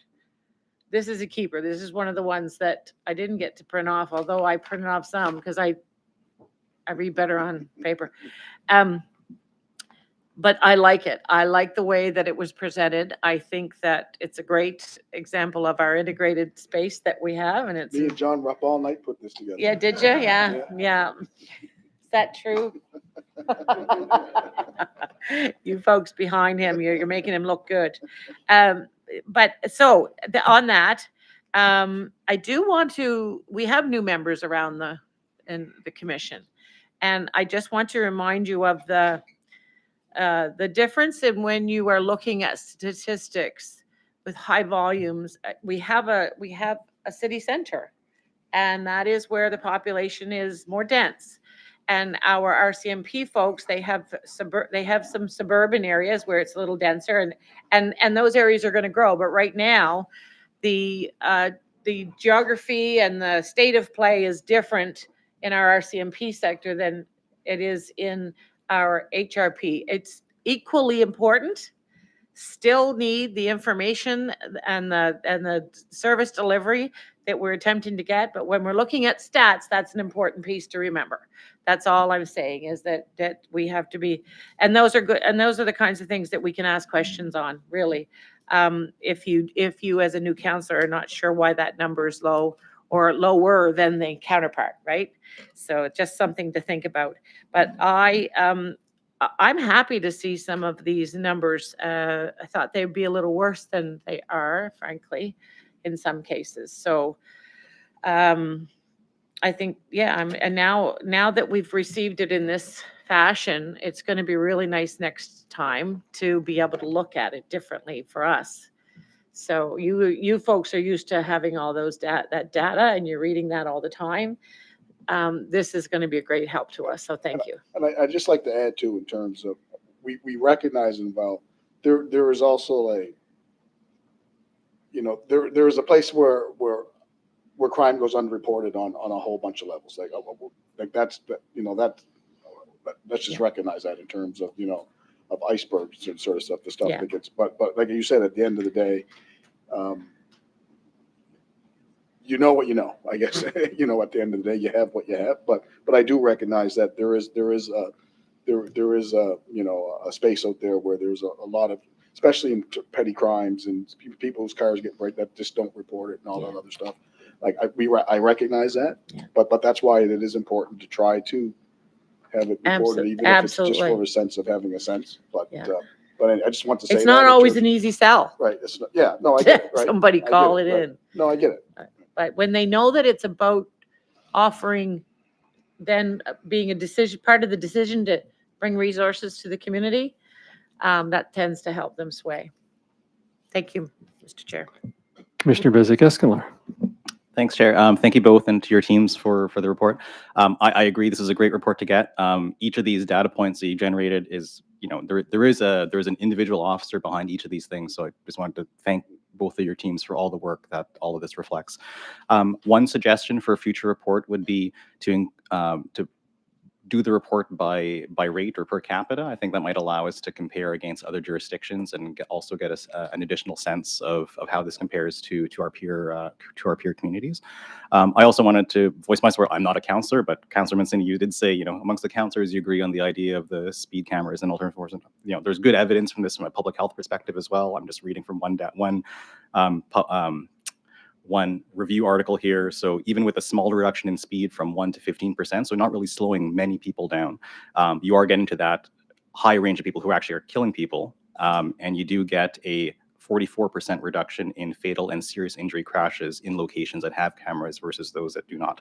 So this is a big, good bang for buck thing that I would support doing that. Just to add to that, the last 3 years I've been advocating at budget time for cameras because the return on investment is extremely high. In fact, if you want to involve the private sector, I'll jump at it because you get your money back. You can't put all men on the road all the time, but it changes behavior. That's what it does. So why now I'm referring to the councillors, why wouldn't you do this? We're game. The province is telling us, and maybe Bill could speak to it. Chair to the Commission, my understanding is that present, the premise of a red light camera is that you identify the vehicle and the license plate, and there is no ability to identify the driver. So therefore, you need to basically charge the car owner. So no, but there's no ability to do that. The legal ability to do that is what I understand is coming in the next Traffic Safety Act. So you need to be able to identify a driver to be able to enter a conviction. And that's the piece of the legislation that I understand. I'd opened it up for anyone, but that's the piece that I believe we're waiting on, is simply to be able to say, if you're the registered owner of a motor vehicle and your vehicle goes through a speed light or a red light camera, then you as a registered owner are getting the ticket. That's the legislative piece that we're looking for. Doesn't that come from a license plate though? But there's no connection to be able to charge the registered owner of the vehicle. Currently, there's no legislative ability. There's not a connection legislatively to be able to say, you're the registered owner, your car does something bad, then you're getting the ticket. That's the piece that we need to close on, because normally what would happen is if an officer was to pull you over, they would identify you through your live driver's license, and then in a court proceeding, be able to say, I identified that driver as based on this. But we don't need to. No. But my understanding that is what's coming, part of what's coming in the new Traffic Safety Act, that will close that connection to a degree. Is that about right, Marty? Thank you. Yeah. Yeah. I'm not sure courts are going to be welcome. Well, the only I would say, that's another question, but as someone who lived in Ottawa for a very short and found out that there was a red light camera, it's effective.